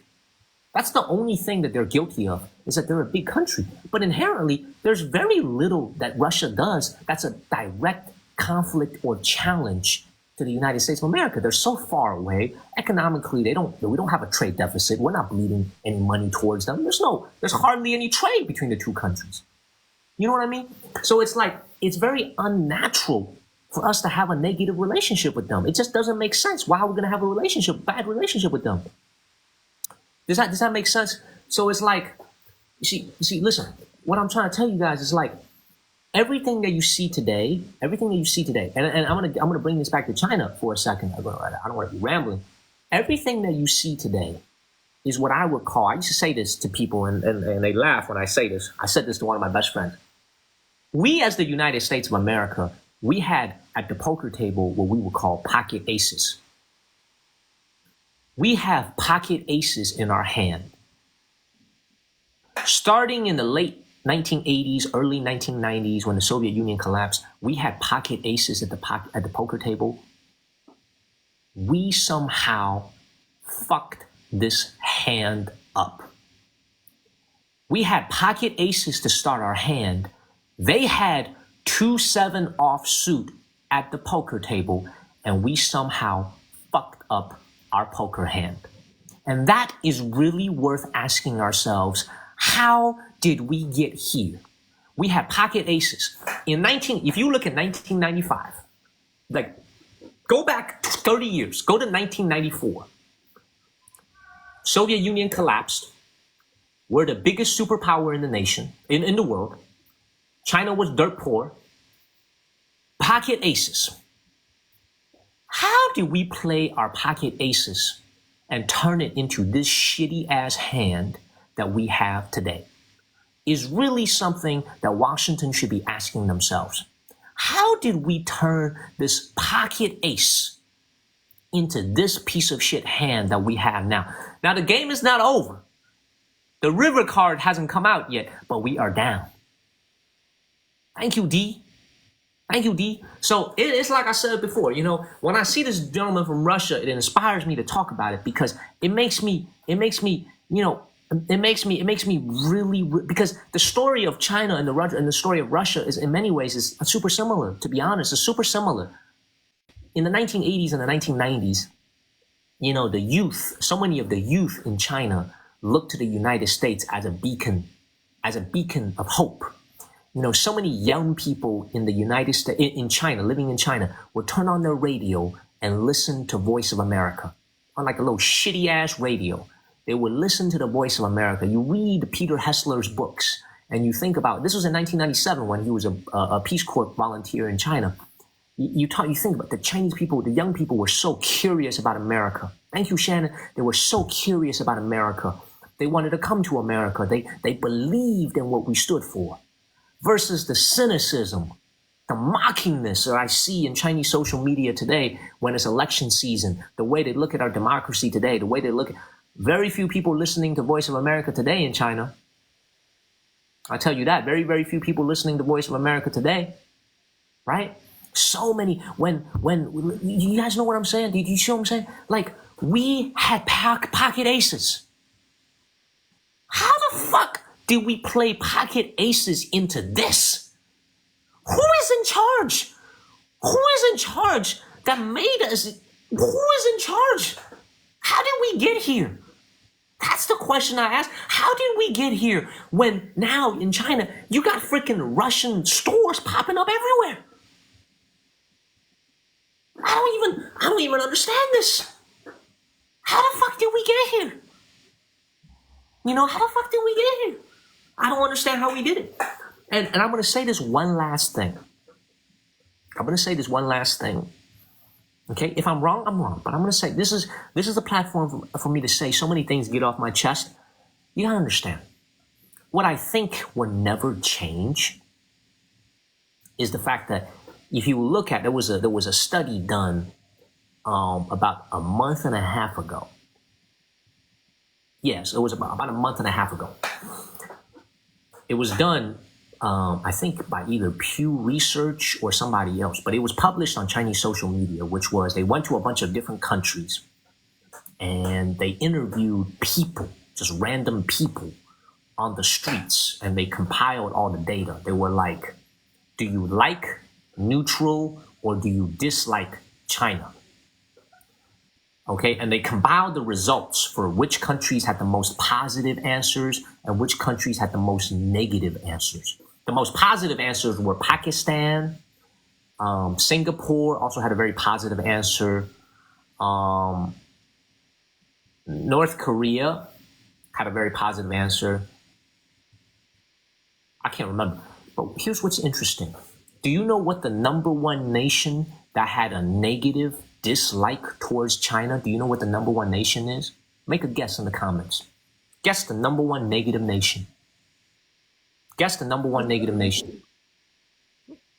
I'm trying to see anybody in the comments. Everybody's saying USA. Everybody's saying it's USA, right? The number one answer was England. Number two, Germany. Sorry. It wasn't me. Let that sink in for a second. Number one answer was England. Number two was Germany. I think number three was like Sweden. Okay? We didn't even make the top 10. America did not even make the top 10. There is no reason, and it's reflected in the data.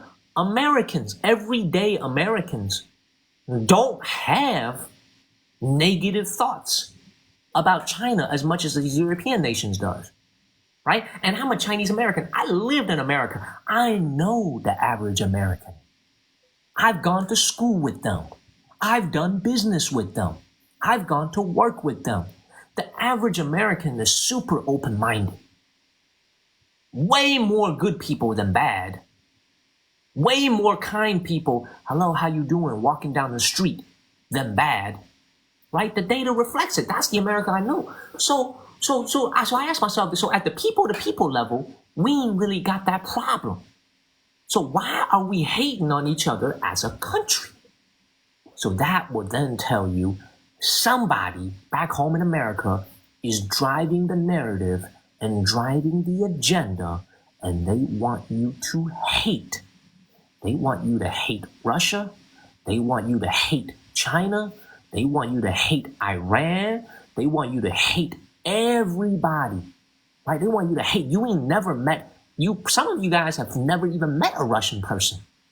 Some of y'all have never even met somebody from North Korea. Some of y'all have never even met somebody from Iran. Yet they want you to hate them. They want you to think, oh my God, they making bombs. They doing all this. They want you to hate them.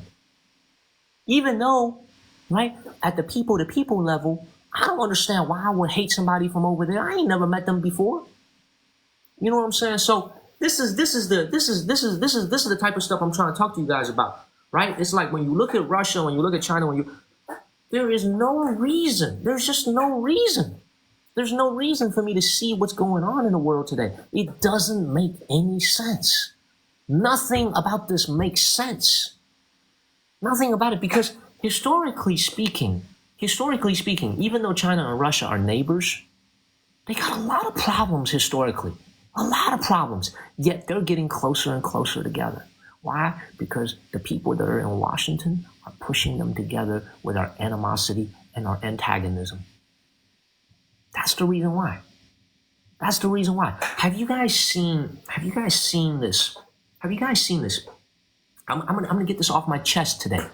Have you guys seen this APEC meeting that happened in South America?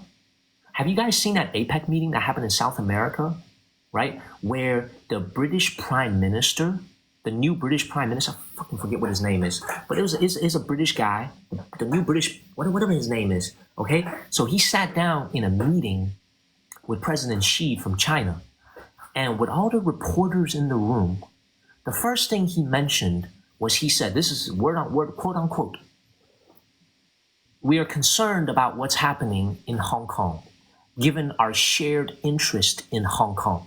I'm like, dog, what the fuck are you talking about? You are a colonial power that stole Hong Kong 200 years ago via an act of thievery. In modern society, when you steal things, you go to jail. It's called a misdemeanor. And when you steal a lot, it's a felony. What the fuck are you talking about shared interest? There is no shared interest. Hong Kong is a Chinese city. It is a Chinese interest. What the fuck are you talking about shared interest? There is no shared interest. You stole this land 200 years ago. You gave it back. Why are you talking like this in a meeting with the head of state of the country that actually governs Hong Kong? And you're sitting there, you're just watching this, and it's like that sense of entitlement. You know what I'm saying? It is crazy when you're just watching this. When you're watching this and you're just listening to this stuff, the man goes, "Our shared interest in Hong Kong." What shared interest? That's like me coming over to your house and I steal your Toyota and I say, "My shared interest in your Toyota. Give me your motherfucking Toyota. It's my Toyota now. That's my car now." What shared interest? I steal your fridge. I'm going to steal your refrigerator. We have a shared interest in your refrigerator. What are you talking about? There is no shared interest. There is no shared interest. It's a Chinese interest. What are you talking about? You know what I'm saying? So it's like what I'm talking about is like, it is crazy. It is crazy when you see all this stuff. You see all this stuff. You know what I'm saying? You see all this stuff and you're just like, dog, what world are we living in? What world are we living in? You know what I'm saying? And it's crazy. I don't know why I'm getting so excited, man. I be getting worked up for no reason, man. Drink your tea. Yeah, man, I be getting worked up for no reason, man. Shit. You know what I'm saying? This is the kind of shit I be thinking about every single day. Well, it's hard not to. Jolie, thank you, Jolie. You know, and this is the thing. This is the thing I love about the British, about the Hong Kong people. You know, the Hong Kong people. You know, I'm gonna tell you something about the Hong Kong people, man. Them Hong Kong people. You know what I'm saying? It's like the Hong Kong people are so brainwashed by all this stuff that they learned from England. This is the thing. Did you guys know that when England ran Hong Kong as a colonial state, no Hong Kong person was ever in charge? The chief executive of Hong Kong every single year for 200 years was a British male. I'm going to say that again. Every single chief executive in Hong Kong history was a British male. These people couldn't even run their own island. Nobody that looked like them ever ran the island. It was run by somebody they sent over from England, a British male. He lived in a very nice palace on Victoria Peak. Oh, he be shitting in a gold toilet. Oh, he be eating that filet mignon. Oh, he be eating that filet mignon. And then he be governing the British, and then he be governing the Hong Kong people. He be eating that filet mignon, living in that big palace of his, and all these Hong Kong people be like, man, we like that. You see what I'm saying? This is what I'm trying to tell you guys, man. You know what I'm saying? All the juice around his lips. You know, all the steak fat around his lips, and he be trying to preach to you about, oh, you're not doing this right. Oh, you're not doing that right. You know what I'm saying? He got all that filet mignon juice fat around his lips. You know, thank you, Martha. You know? Shit, thank you, Martha. I'm trying to tell you. It's like, that's what I'm trying to tell you. And now you look at Hong Kong. Now you look at Hong Kong today. Who governs Hong Kong today? Who's the chief executive of Hong Kong? They just elected their first female leader like 10 years ago, Carrie Lam. A local Hong Kong person. Carrie Lam, a woman. First ever woman to be a chief executive in Hong Kong history. First woman to ever become the leader of Hong Kong. Her name was Carrie Lam. She was a Hong Kong local. Look at the leader today, John Lee, former head of police, another Hong Kong people. So these people actually are getting governed by their own people. You see what I'm saying? So it's like I said before. Thank you, Jojo. It's like when you look at all this shit right here, man, there's so much misinformation. The thing about life is you gotta see through the essence. You see, I cannot be bullshitted. I cannot be bullshitted. That's probably my biggest problem, to be honest. That's probably my biggest problem. Because I cannot be bullshitted. I see through all the shit. Thank you, Wendy. I see through all the shit. You know what I'm saying? So, and like I said before, I see through all this shit. We're going to keep it moving. There's so much that I could talk to you guys about. Just observe your surroundings. Observe what is happening around you. And you will slowly start to see the things I'm talking about. You know what I'm saying? Like, you will start to see what I'm talking about. Observe everything. See through the things that they're trying to force feed you, and you will see what's going on. You will see what's going on. I'm telling you guys. There is an agenda. There is an agenda out there. And we are being force-fed this stuff. And, you know, sometimes I'm like, man, sometimes I kind of wish I took the blue pill or the red pill, whatever the fuck it is, where I just, you know, don't need to be worried about this stuff. My problem is I like to think. I like to observe. I like to think for myself. I like to come to my own conclusions.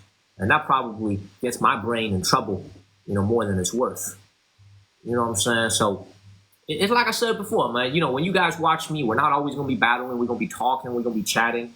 When this Russian gentleman came on, it just made me realize, like, just how. Let me continue. Let me continue. Now that, you know, we're talking, let me continue with some more. Let me continue with some more thoughts. Okay, let me explain this to you guys. I am so invested in the future of America. Let me explain to you guys why I'm so invested in the future of America. Okay, I'm invested in the future of America because my family sacrificed a lot to come to America. Okay, like, I am invested in this country. I want us to do well, more than any other country in the world, because we live there. We have a stock portfolio. My father works in America. My family's house is in America. Like, America is everything to us. We want us to do well. Okay? Now, I want you guys to think about this. I want you guys to think about what's going on right now. So, you got a foreign adversary right now. Thank you, Nat. That is basically cut off from using the US dollar. That is Russia. I mean, like, this is not, it doesn't take a genius. It's like an IQ test, right?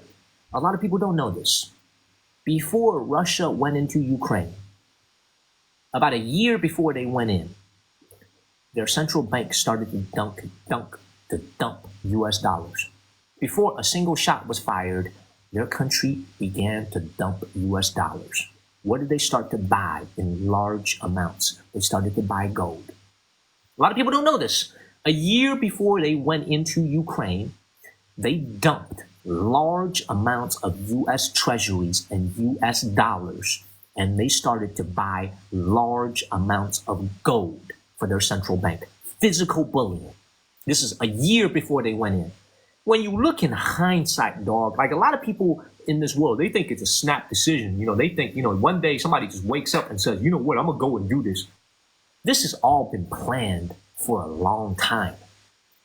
Do you understand? Nothing that happens at that level happens in a snap of a finger. It's all been planned deliberately for a long time.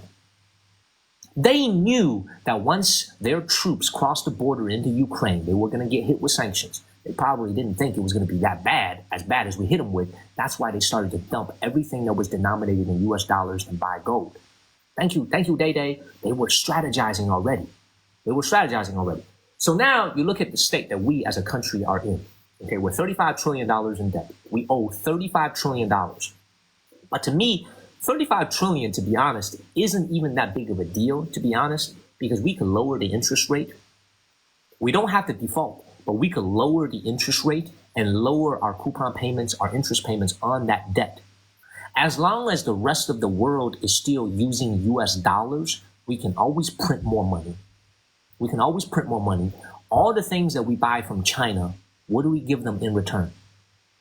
What do we give in return for all the Chinese goods that we buy from China? All the factory workers in China making this thing with their hand, what do we give them in return? They sacrifice their holidays. They leave their hometown to go work in a factory and make all those things. What do we give them in return? Paper. We give them paper that we print. That's it. Do you understand this? All the shit that you buy on Amazon, all the shit that you buy on Temu, all the shit that you buy on Costco, at Walmart, somebody made that in a factory. Working 12 hours a day on the shift.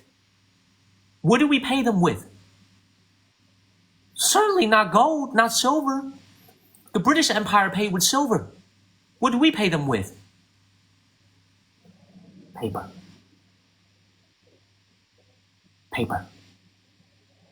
Think about how good we have it as a country. They're working for us. Making shit. What do we pay them with? Here you go. Some paper and some ink. What am I getting at? We have it so good because the rest of the world is still willing to accept dollars. The day that they say, fuck the US dollar, is the day we are in big trouble. Get that in your head. Do you understand this? We pay the rest of the world with fucking paper. And they actually believe in this. They actually believe this picture of Benjamin Franklin. Like, this dude kind of cute. I want this. Do you understand? Man, I like Benjamin. Ooh, he's cute. I like this Benjamin. I like this. Do you understand this? We live beyond our means because we have paper that people still want. Do you understand this? Do you understand it? They sacrifice their holidays to make shit for us. They go 3,000 miles from their hometown to go work in the busted ass factory with no AC so they can make shit for us because they accept our paper. The day they don't accept our paper, you ain't getting no shit at Amazon no more. Do you understand this? Thank you, Brave. Do you understand this, my brother? Do you understand when President Trump says, I'm going to force them to be on the US dollar? If you don't take the US dollar, I'm going to put tariffs on you. Do you understand this? This man is trying to preserve our way of life. Do you understand this? That shit is existential. Do you understand? This shit is existential. Do you understand what I'm saying? It is fucking existential. Like, this man gets it.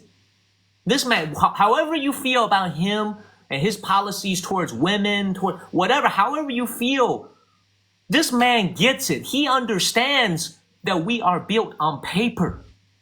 And if we don't continue to have other people accept this paper, we are fucked. Do you understand this? I don't think y'all understand that Toyota, you know, the freaking Toyota that you drive, the Toyota that you just bought, we got it from Japan by paying them with paper. Japan don't want shit from America. Japan runs a big trade surplus with the United States of America. They accept paper. Do you understand this? Do you understand this? I am not Mr. Do you understand this? I'm telling you guys, man, it's like you guys have to understand this shit.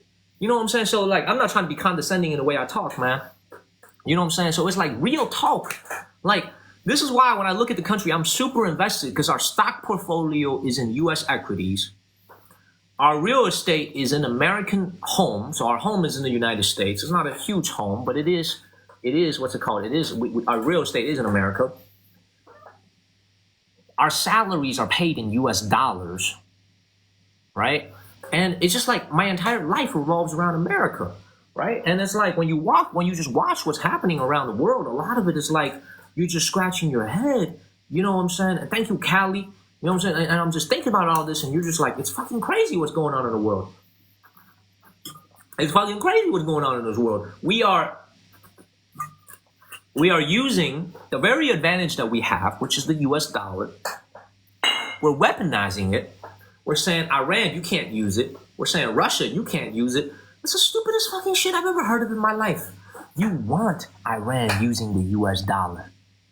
You want Russia using the US dollar. Motherfucker, if an alien came over, if an alien landed on Earth, you want the alien to use US dollars. Do you understand this? The more people accept this paper, the better it is for us. And we're shooting ourselves in the foot by saying, no, you can't use it. Nah, man, Russia, you can't use it. Nah, man, Iran, you can't use it. North Korea, you can't use it. So fucking stupid. We want more people to use it. We want more people to use this paper. We want everybody in the world to use this paper because that means that we could continue to run a $35 trillion debt and get away with it. Does that make sense, everybody? Hopefully that makes sense. Hopefully that makes sense, everybody. Okay, so every day I'm thinking about shit. My mind is always thinking. One of the biggest stock positions that we have as a family is AT&T. So we have a lot of AT&T stock. So basically telecom, right?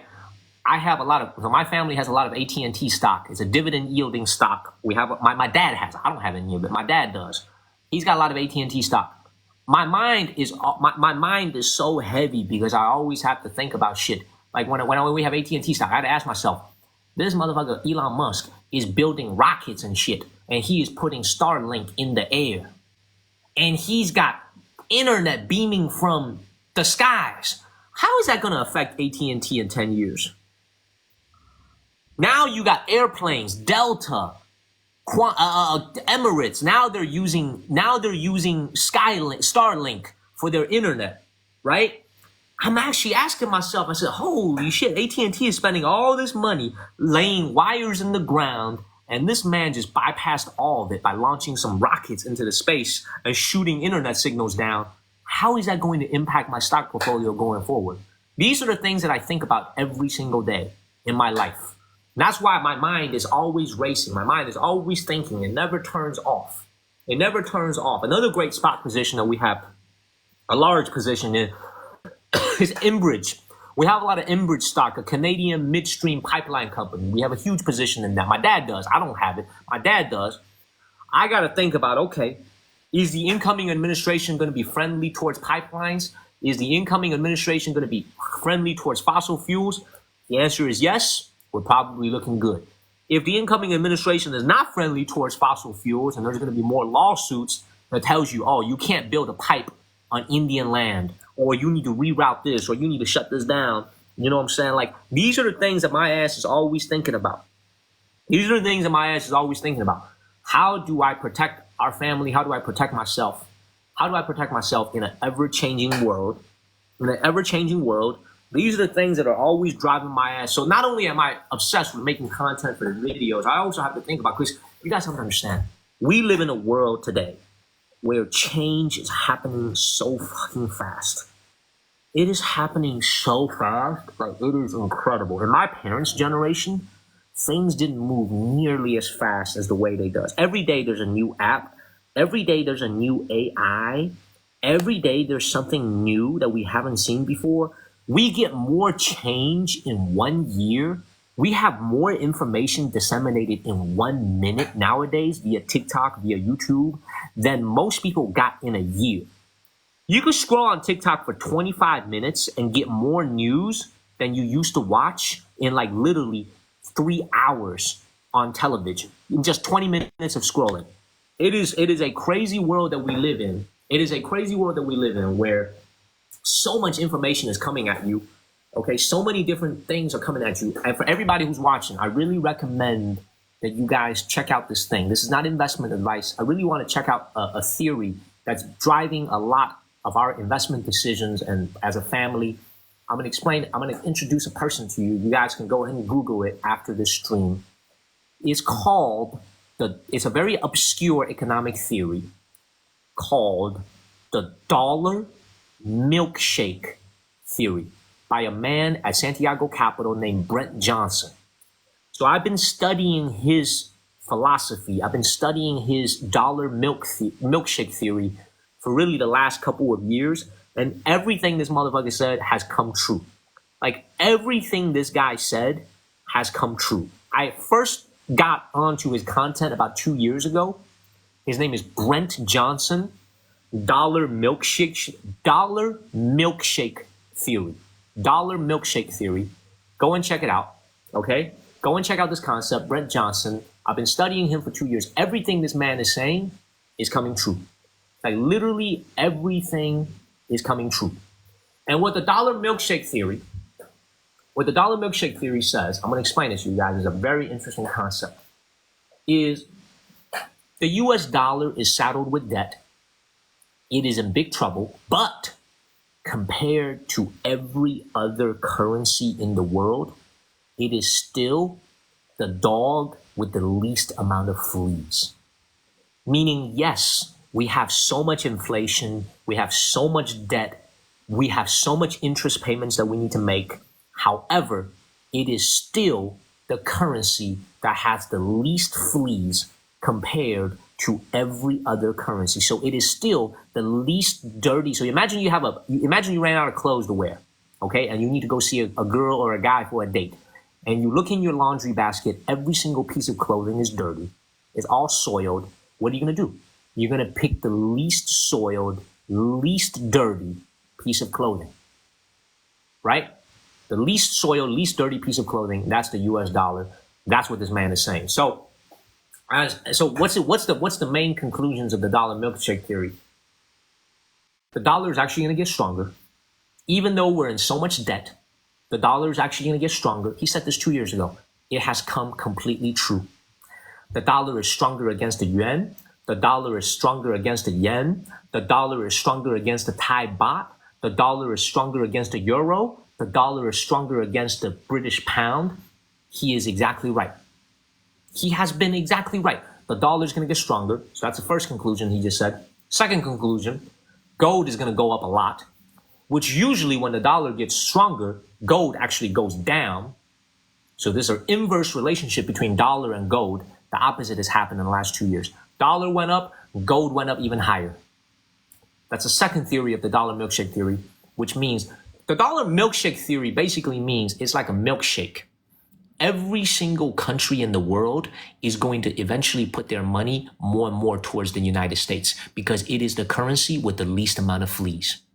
Okay, so that's the two conclusions he made. So what did he recommend to the people that believe in his theory? What did he recommend that people invest in? Very simple. Number one, invest in high quality US equities. Whether it's the index or individual blue chip companies like Coca-Cola, Apple, high quality American companies and high quality American index. That's the first thing he recommends. Second thing he recommended was gold. He recommends investing in gold. Third thing he recommends is high quality US real estate, or just US real estate in general. Land, houses, whatever you want to name it. So these were the three things that was the main conclusion of the dollar milkshake theory. Invest in U.S. equities, blue chip companies especially, gold, and buy a home. Buy land, American land, whether it's farmland, homeland, whatever it is. The main conclusions of the dollar milkshake. And 2 years later, I don't know why. Usually when people are right, they get louder. They get louder. This motherfucker has been so quiet. He has not said a peep. I've been looking at his Twitter. I've been looking at his X. He is super quiet. He has been more right than everybody else. But for some reason, he stopped posting. He stopped talking. He's not talking anymore. I don't see him. He used to do a lot of interviews on YouTube. He does a lot of interviews on TikTok. He used to do a lot of interviews with different financial experts. He doesn't do that anymore. I don't know why. I don't know why.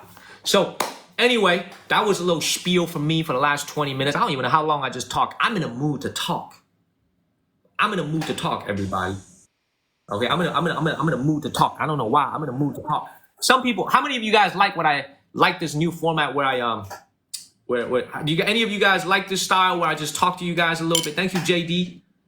Okay, did any of you guys like it? His name is Brent Johnson, Brent, and then his last name is Johnson, like Johnson & Johnson. He works at Santiago Capital. He's the founder of Santiago Capital. It's a very obscure economic theory called the dollar milkshake theory. I'm gonna say that again. Dollar milkshake theory. Every video you're gonna find about it on TikTok and YouTube is probably gonna be like 2 years old. I really recommend you watch it because this man, it has been right about everything. Thank you, T.S. Bach.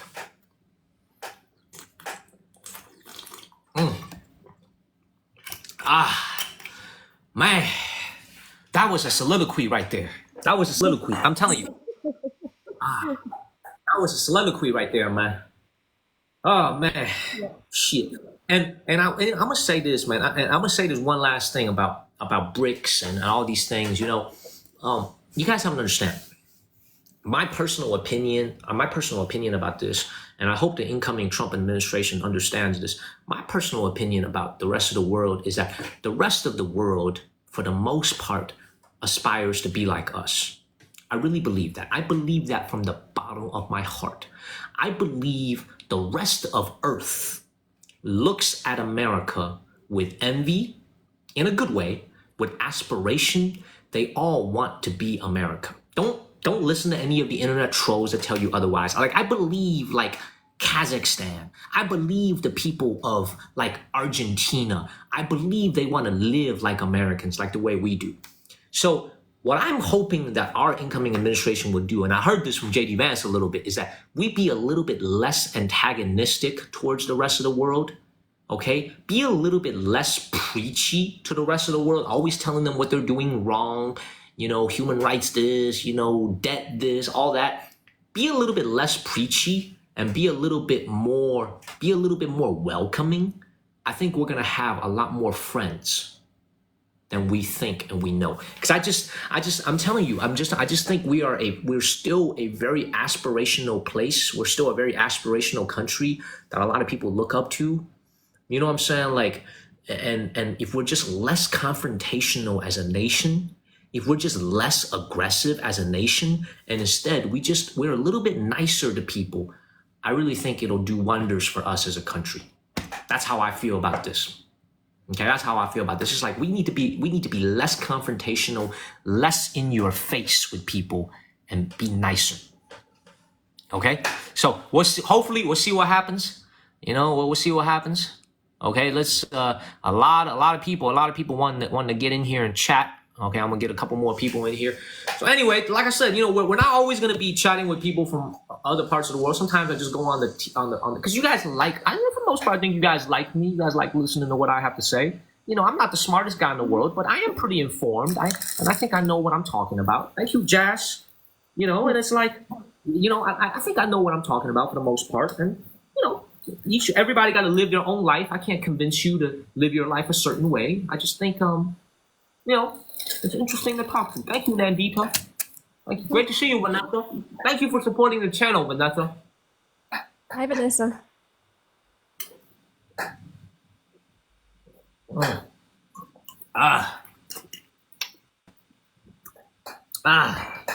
Man. I like chocolate. I eat a lot of dark chocolate. This is dark chocolate. It's good for you. Yeah, Yeah, dark chocolate is good for you. Yeah. I don't have Twitter, Blue Oranges, so he probably still posts. But he doesn't go on interviews anymore. He used to get interviewed by David Lin. I'm going to introduce you guys to another channel. I don't know if David has a TikTok. Check out another channel, another great channel. An Asian gentleman in Canada. His name is David Lin. Lin. David Lin. Okay? Check out his channel. You guys will love him. Go check out his channel. Okay?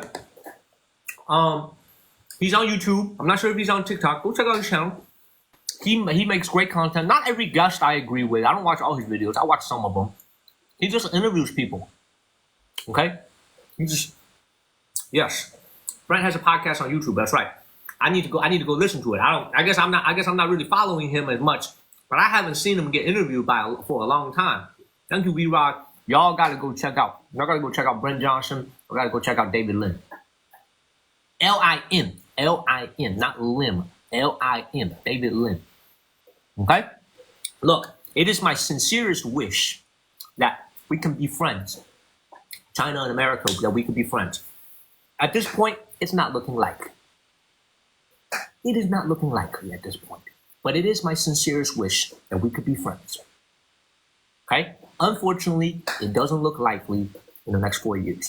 So I'm gonna keep living my life. Y'all are gonna keep living y'all's life. We can't worry about what these big wigs do in positions of power. We gotta live our life well. We gotta live our life well. Thank you, Isabel, for subscribing to Basic. Thank you. Okay?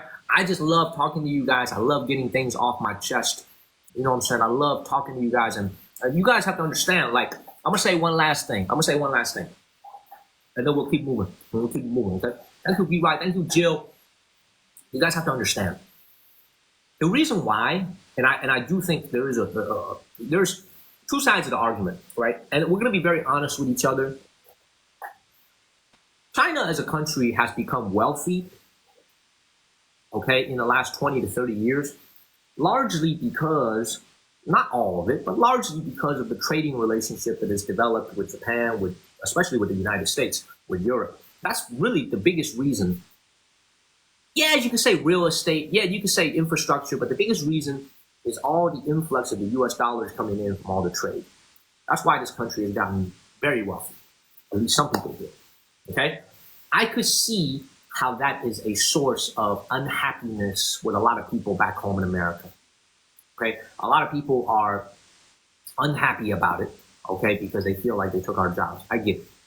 But what I also want you guys to understand is that in today's world that we live in, we suffer from something what I call the double standard of hypocrisy. Let me explain to you guys this. Let me explain. I want every single American to listen to this and listen to this very carefully. Prime Minister Modi was in the United States of America about a couple years ago on a state visit. The Prime Minister of India. I want every single American to listen to this very carefully. The Prime Minister of India was in the United States of America on a state visit hosted by Joe Biden. He addressed Congress as the leader of India. He addressed Congress. Okay, I'm gonna mute y'all for a second so y'all could. Okay. All right. He addressed Congress, and this is you could look up that YouTube video. It is on TikTok and it is on YouTube. Okay, he said this is literally his exact words, and I'll tell you what I mean by hypocrisy and double standards. Listen to me. He said, "We are now the 5th largest economy in the world. Very soon, we will be the 3rd largest economy in the world." He said this in front of Congress. And our congressman and our congresswoman said, "Modi, Modi, Modi, Modi." You know what I'm saying? Like, that's our congressman and our congressman. Modi, Modi. That's literally our congressman and our congresswoman. They be clapping. They be clapping for him. Yes, yes. How do you think they're gonna become the third largest economy in the world? As an American, ask yourself this. How do you think they're gonna become the third largest economy in the world?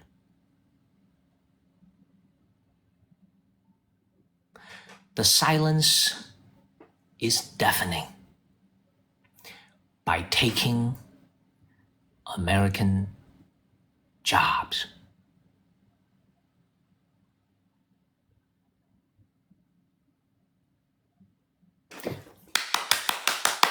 Modi, Modi, Modi.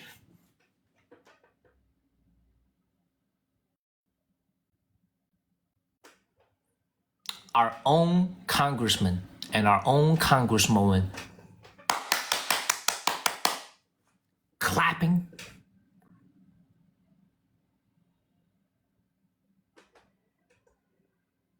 And you and I, as an American, watching that, I'm sitting there and I'm watching this. I'm like, are we this fucking stupid?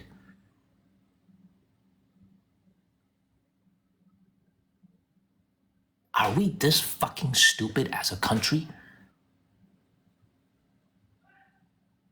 Like, this, seriously, are we this fucking stupid? Right? And this is the thing I want you guys, when I say the double standards and the hypocrisy, this is the double standard and hypocrisy. Do you ever see a Chinese leader talk like that?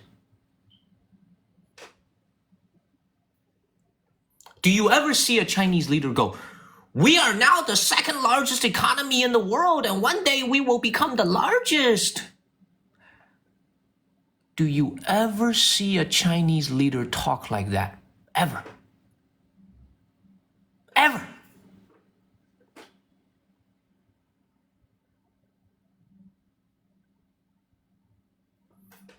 What do they say? We want win-win cooperation with everybody. They never project strength. We want win-win trade with everybody. We want win-win cooperation with everybody.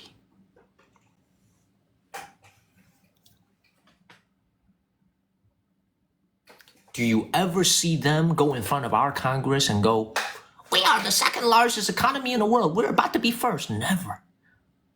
Humility, humble.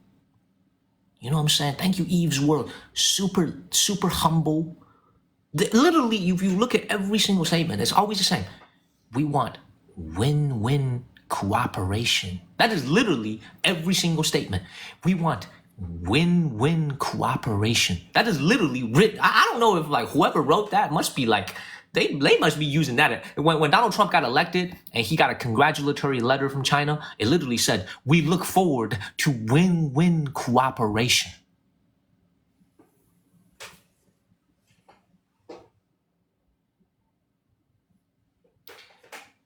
When I was a boy, when I was a young man, growing up as a young boy, when I was 4 or 5 years old, when I was just say when I was born in 1990, the Indian economy and the Chinese economy were roughly the same size.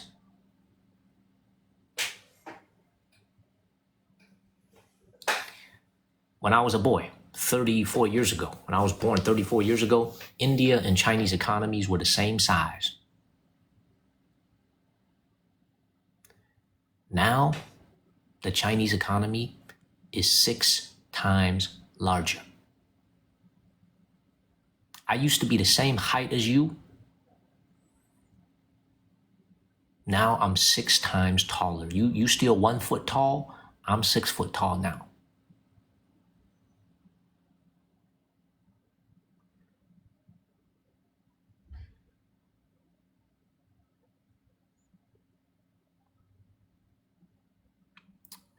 And they did it in silence. They never beat their chest and they say, we're gonna do this in 10 years, we're gonna do this in 20 years. They move in silence.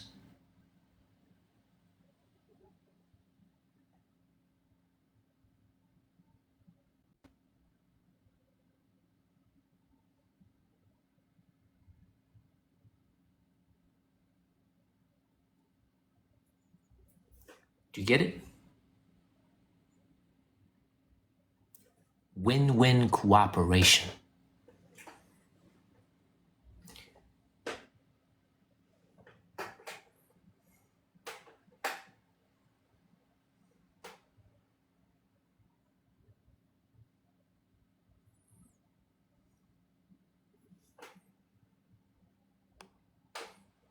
Oh, sorry, you two are on mute. Feel free to unmute yourself at any time, Vanessa and D-Sim. You can unmute yourself at any time. You can unmute yourself at any time. Okay, But that's no problem. there's some static noise coming from your mics. Yeah, I think it's the feedback from watching you and being on the microphones as well. So sorry about that. I just saw Charlie Lambert's WeChat message to me. Oh my God, he at the club balling. He just sent me some photos of some girls. I might need to catch the next flight to California.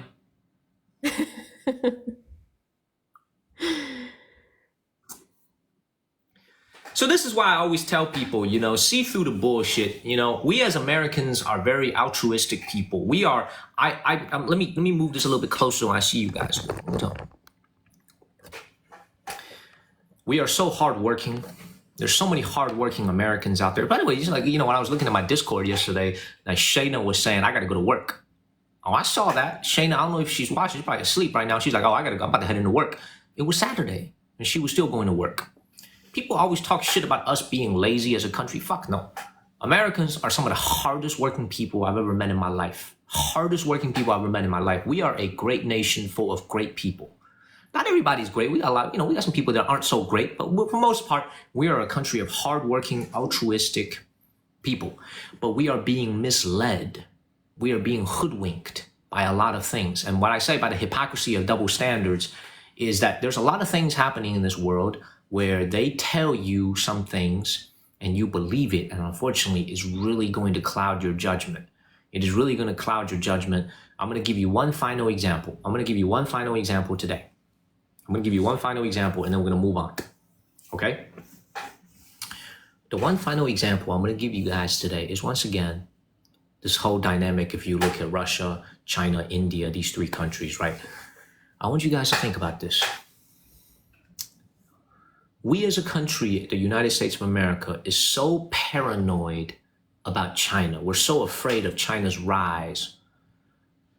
I mean, you got to be blind. You got to be Ray Charles not to see this. We are so afraid of China's rise that we are willing to be friends with pretty much everybody as long as they will help us hedge against China.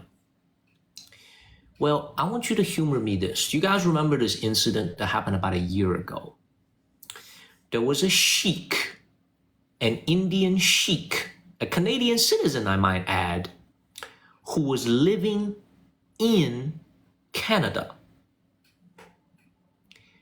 He was assassinated on Canadian soil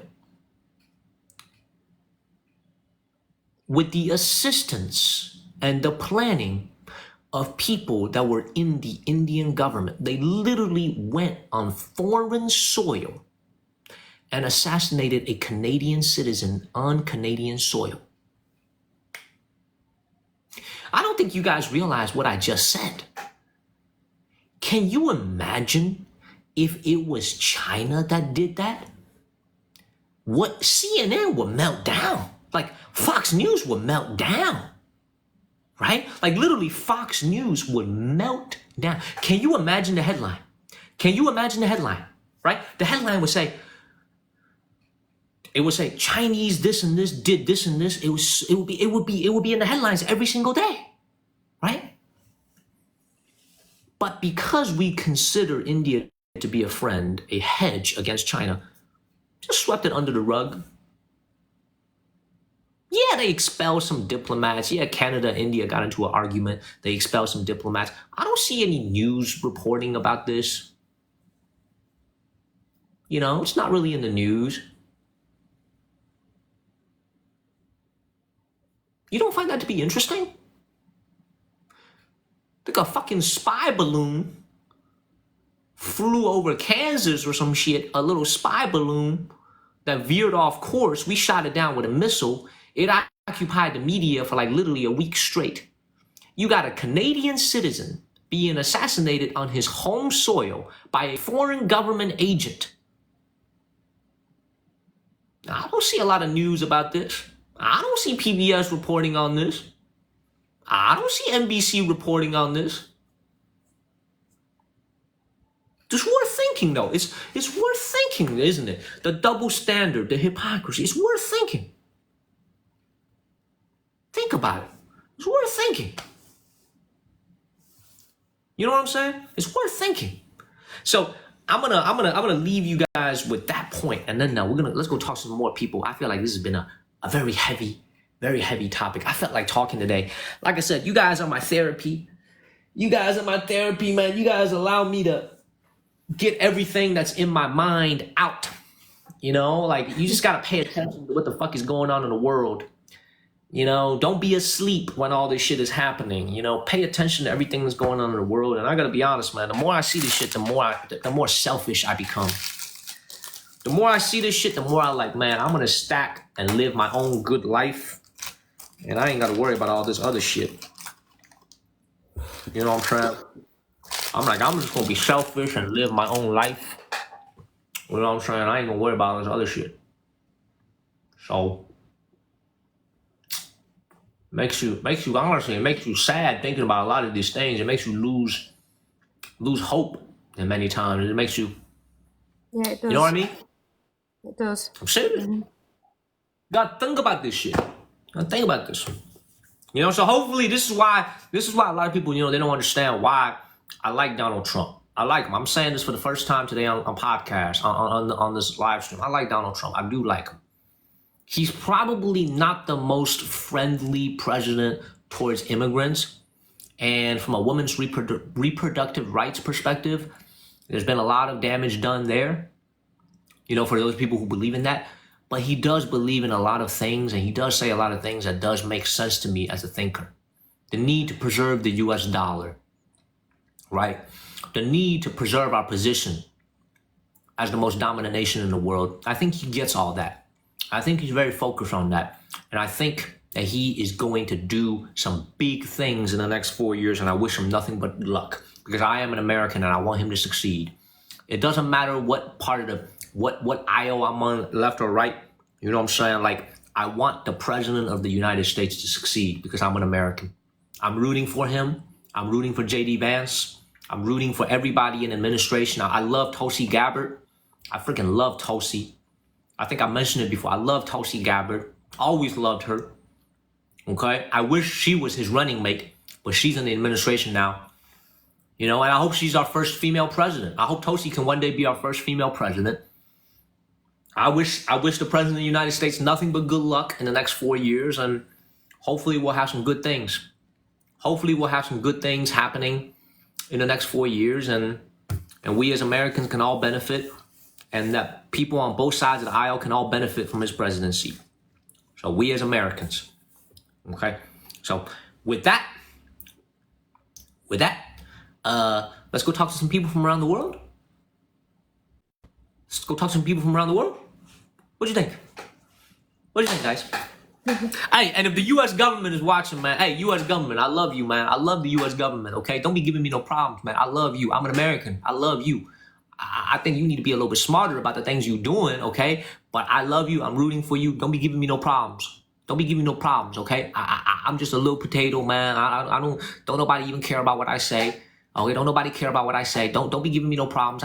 I love you. I'm just a little potato. I'm just a little potato, okay? I'm just a little potato. Okay? Thank you, Dana. Thank you, Dana. I will, Dorothy. I love America. Like, you guys don't understand. I freaking love America. Like, it's not a fucking play. It's not like because you guys are Americans and you support my channel. I love America. I love being an American. I'm proud of it. But we got some dum-dums running certain decisions. I mean, I don't mean to offend nobody, okay? U.S. government, if you watch it, man, I wasn't talking about you. I was talking about the dude sitting next to you. I wasn't talking about you. I'm talking about the dude sitting next to you, okay? In the other cubicle. I wasn't talking about you. Don't get offended, okay? Don't be giving me no problems. I'm talking about Joe from the other cubicle. No pun intended. Okay? I'm not talking about you. Don't be giving me no problems. Okay?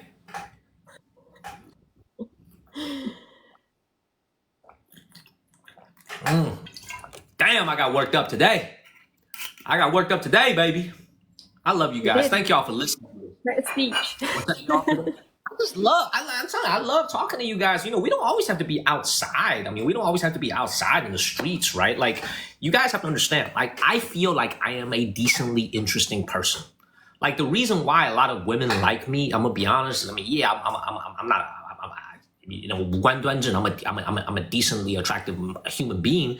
I think a lot of women are attracted to me because I say things like this during our dates. Like, I give them a piece of my mind and they find me interesting to listen to. You know what I'm saying? It's like, I love talking to you guys about the things that I see going on in this world and where we're headed as a country. And, you know, and I keep saying this, but allow me to say one more thing. I've been living in China for a good minute now, 6 years now. I am now honestly more bullish than ever about the United States. I am more bullish. Once again, not saying this just to make you guys feel good. I am more bullish than ever about America. More bullish than ever. Like, this is why, like, we're buying, you know, we're investing heavily. We don't have a lot of cash on hand at the moment because every single dollar we have is essentially invested. We're just very bullish, man. And I think we can all feel good about that as Americans. Yeah, things are really expensive. Inflation is really bad. You know, eggs are expensive. Bounty paper towels are expensive. But, you know, I am very, very bullish about the future of our country. I really am. Because the most amazing thing about America, and I'm as I get older, I slowly find out about this. It's slowly dawning on me, is that what I love about America is, let me phrase this the right way, is that we make mistakes and we go down the wrong path sometimes, but our mechanism for correcting ourselves gets it right most of the time. Meaning when the people speak and the people put their vote and they vote and they go out there and they let their voice be heard, I just feel like we get it right more than we get it wrong on the long term. So I am very bullish. I love what we have going on. And I'm really excited. I'm really excited for the next 4 years. If you don't like the outcome of this election, give the man a chance. We'll see what happens the next 4 years. But I am just like, I have a personal opinion that we're about to have. I just honestly think we're about to have the most incredible 4 years of just stupendous economic growth. And just like, I just think we're about to take off like a rocket. So we're positioned like it, and our family is positioned like it. Like we are deep in American stocks. We're I'm deep in crypto. So that's my thing. My thing is all about crypto. I am deep in crypto. Like, I'm just ready for the next 4 years because I just think we're gonna be on a rocket ship, and it is an enviable position to be in. Like, right now, to be honest, I wouldn't want to be German. Like, I would not want to be German. I would not want to be French. I would not want to be, even, to be honest, in Mexico, because I just think you're gonna have a guy coming in, and he is going to unleash the productive abilities of America. Like, I just think this guy is just going to get rid of all this red tape, all these regulations. He's going to say drill. He's going to say to Wall Street, go. He's going to say to Main Street, open your small business. he's just gonna unleash, in my opinion, the productive possibilities of our country. And I just think it's gonna be a 4-year bull run like we've never seen before. Like I'm just like animal spirits. You know, if you guys want to Google this word, animal spirits, I think animal spirits is coming back big time. I think animal spirits are about to come back big time. And like I said, we are in a great position, man. I just think we're in a great position. I can't wait to see what the next. I'm super excited, and the markets reflect it, right? The stock market, the crypto market, everybody's enthusiastic. We gotta be careful. You know, you want to get too excited. But I just think that everything is so ready. You know, we're just ready to take off. You know, so anyway, let's see if we can talk to one or two more interesting people. Then I gotta go write. I gotta finish writing a script. Panda's coming over in like maybe 3 or 4 hours, and then we got to film some content, and then I got to post some content. But this has been good, right? I mean, I was looking at our views. Our views hasn't dipped. We got 500 viewers consistently. You know, we got 500 viewers watching this, right? Basically, this whole time. It seems like you guys seems like you guys are liking this. Seems like you guys liking this. You know? It seems like you guys like this type of content where we chat a little bit. Sorry, D-Sim, you had to be the one to be on the receiving end of all this. That's okay. You know? Thanks for having me. No, it's no problem. I love talking to you guys. I love talking to you guys. Yes, I have a lot of Dogecoin. I'm a big Dogecoin guy, so I don't want to hide anything. I don't want to, you know, since I always tell you guys about everything that happens in my life. I have a lot of Dogecoin. I'm a big Doge guy. Okay, and like I'm not diamond hands, baby, diamond hands. I'm not selling a goddamn thing. I've held it. I have a lot of Doge. I'm just gonna put it this way. I'm a big Dogecoin guy. Hey, okay, I want to show y'all something. I ain't gonna show y'all the whole thing. For all the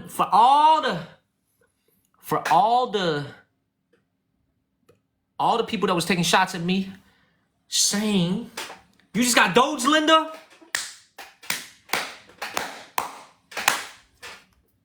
Good decision.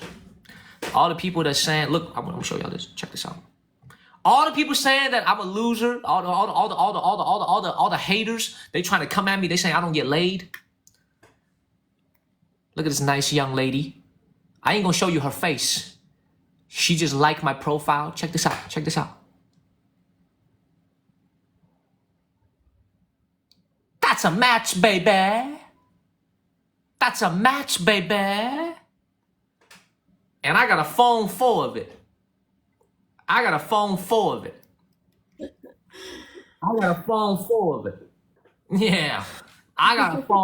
of it. Long list. Long ass list. Yeah, I got a phone full of it. Okay, but we still gonna practice monogamy. Okay, we still gonna do monogamy. Okay, thank you, Big O and Peony. Yeah, he said getting catfish. That said I'm getting catfished. Love you guys very much, man. Love you guys very much. I ain't got no money to give them. I'm poor. Okay? I enjoyed talking to you guys today, this morning. Big time, man. Very much enjoyed talking to you guys. I love you guys. Okay, damn. My mouth is all dry and shit. Let's talk for a lot. Okay? Let's carry on. So thank you, D-Sim, for listening to this. Let's see if we can get some people on and get away from these heavy topics. Thank you for listening to me, D-Sim. Thank you so much. Okay, thanks for having me. I tell them not to watch my content. Because the reason I tell them not to watch my content is because I feel like, you know, they want me to live a more private life. But I tell them, I said, Mom, I chose to become a streamer. I chose to stream on TikTok. You know, I got to put my life out there, you know, or else I can't. You know what I'm saying? Like, I got to put my life out there. This is the life I chose.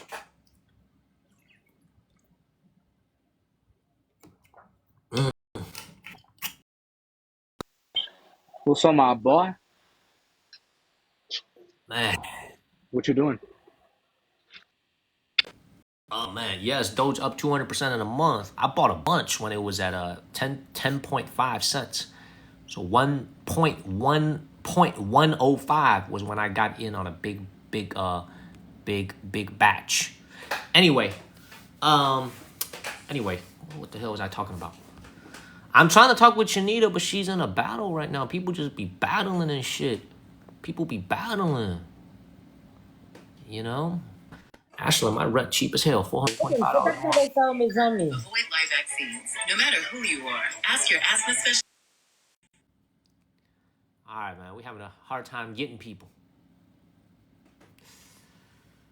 I know it's not Chinita, man. I know it's not Chinita, dog. I know. I freaking see it. I know it's not Chinita. I'm not dumb. I can see that.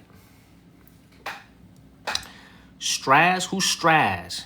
I don't even see that. Where do you see Straz at? You're going to have to send me the profile after this. I don't see it. Send me the profile name after this. Hey, what are you doing, brother? Just chilling, man. What you up to? I'm just chilling, man. I'm just doing, me, just chilling. Where you from? Where you at, man? I'm from North Carolina. North Carolina. I'm from Texas. All right, man. The chat is saying. Hold on. Huh? I got like 500 people watching me right now, man. Okay. Hold up, I'm scrolling through some comments. I'm trying to read some of my comments. So what do you do on TikTok, man? Just chill, we're just, out here, just doing whatever. Well, recently my past videos are like pizza content, flipping pizza and shit. What about you? What about me? Yeah, what about you? Man, I make videos about history, dog. I make a lot of videos about history, and I chat with people. I don't usually go and battle people right away. I chat with people. If they're interesting, I'll battle them. That's exactly. Are you interesting? That's exactly. I just got on a little co-host with somebody. They're like, "Do you want to battle?" I was like, "Hell nah." So I dipped. So I'm like, just trying to see what's up with people, So how old are you, man? You look young, dog. I'm 23. And what do? You work at a pizza joint? What do you do? Yeah, I'm the general manager at a pizza place. Yeah, how's business lately? It's good, honestly. Now I don't know. We're located in a really good neighborhood, so. Okay. Life is good. I've always wanted to open my own restaurant. To be honest with you, bro, I'm from North Carolina, but I live out here in China. I've always wanted to open up my own little restaurant, man. That's actually one of my dreams in life. But I know it's hard work, and the chances of losing your money is very high. I've always, all my people watching me, that's actually one of my dreams, is to open up my own little Chinese restaurant. Bro, really? I have a lot of faith in you. I believe in you, and I can actually help you out. I got you something for the menu. Put that on there. I thought you was a cool dude, man. Why you being racist? Because there's a lot of things I can say about me. Because there's a lot of things I can say about you. There's plenty of material, but I'm a little bit older than you. Say it, bro. We need to hear it. We want to see your humor. Let me see what you. I don't want to. You see, look, dog. Let me look at this, Beto. Look at this. You got 39,000 followers, right? Okay. Did he just leave? What's wrong with this dude? Hey, I'm chilling. It's not me. I think it's you. Nah, I think it's you, dog. Can you hear me? Nah, my Wi-Fi's good. Listen, man. Let me tell you something, man. Let me hear. Let me hear it. If there wasn't 400 people watching me right now, if there wasn't nearly 500 people watching me, I would be out. If it was just you and me, I'll probably say some things that would hurt your feelings. But I got a lot of people watching me right now. Hold on. I got a lot of people watching me right now. You know what I'm saying? And I don't. I'm not trying to get in trouble. With the people. That doesn't have if you could say something without saying it, then you're you could still there's no filter. There's no you you could say it. There's no like, oh, I can't say it. You know, like But why you upset though? Like what triggered you? I'm not upset at all. I'm You not know, upset like at all. I mean, cause like you could just troll. You could troll. I mean, there's nothing wrong with trolling. Everybody does it. But when one person, does it, What I think we should do is battle though. What I think we should do is battle. You're gonna We should lose. battle this out. You're gonna lose. You gonna lose? You're gonna lose. What happens if you lose? What happens if you lose? Oh, you wanna make it interesting? Yeah, what do you want to make it interesting? What happens if you lose though? For real? Make it interesting. You say you have this many, how much ever people. So that means that if you say you're gonna do something after you lose, you gotta do it, or you let your people down. How many people you got watching you right now? Doesn't matter how much people are over here. It doesn't matter because I know. Let's do it. Let's battle. What's up? What's it there? Man, this sound weird as fuck, man. I usually do dares with females, man. This is the first time I'm doing a dare with a man. What the hell? You're saying you could win, so let me see what's up. All right, man. Let's just stop talking. Let's just stop talking and do it, okay? And then we'll figure it out. All right, let's just stop talking and do it, man. You be doing a lot of talking. Oh no, I'm not. I'm just trying to get to the see what's up. I'm just trying to get to the results. What's the dare? You a very young kid. You know what I'm saying? Your name is Beto. I might be young, but like my head is far beyond me. Far beyond my age.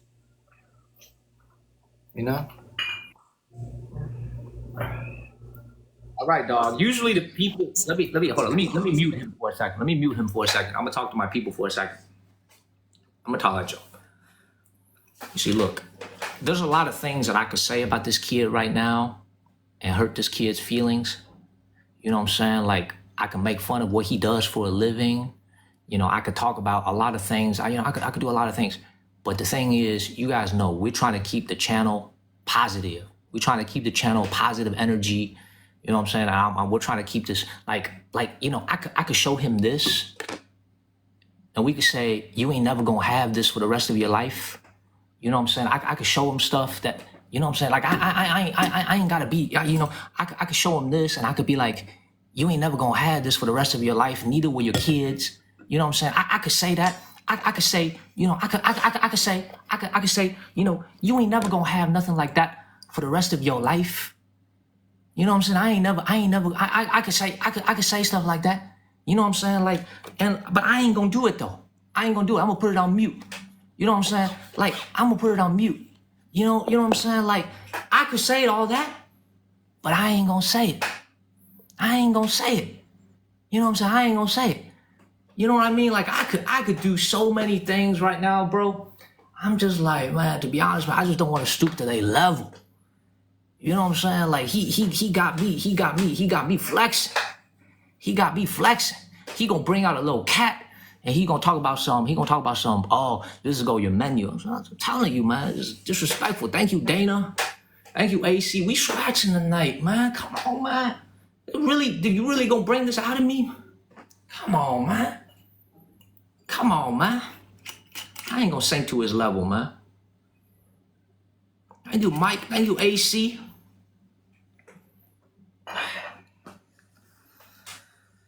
Ay. Man. It's the youth these days, when you look at kids, I also gotta tell you, when I was a kid growing up, get all the shit out of it. When I was a kid growing up, when I was living in Chicago, I told you guys I lived in Pilsen. Right? Thank you, Martha. Thank you, Mike. I told you guys, we got to show out against this kid, by the way. Come on, let's show out against this kid. When I was a kid growing up in Chicago, I hate to say this, man, but thank you, Trevor, some of the most racist comments that we used to get when I was growing up as a kid was actually from other minorities. Thank you, Mike. Thank you, guys. It was actually from like other minorities. You know what I'm saying? And it's like, you see it often when we connect mics, and it just, when I see this kid, honestly, it reminds me of some of the kids I used to see in school when I was going to school in Chicago, and it's like, it's just, this is, there's so many things that I could say, man. To be honest, man, I don't want to hurt this kid's feelings anymore, man. Like, there's so many things. This is why, like, when you, I don't want to hurt this kid's feelings anymore, man, because this is like, he's gonna grow up, and he's gonna be 33 years old, and he's gonna be 43 years old, and he's gonna be stuck in the same situation. And then he's going to look back at his 23-year-old self, and he's going to be full of regret. I'm telling you guys, when he's 33 and he's 43 and he's 53, and he realizes his life is in the same situation, you know what I'm saying? Like, it's going to be full of regret. I'm telling you. Anyway, I shouldn't have flexed on him. I'm a very low-key guy, you know what I'm saying? But when I see... Oh man, when I see, by the way, I think we got this in the bag. Thank you, German girl. Thank you, everybody. Flex the watch on him. Wait 1 minute. Wait 1 minute.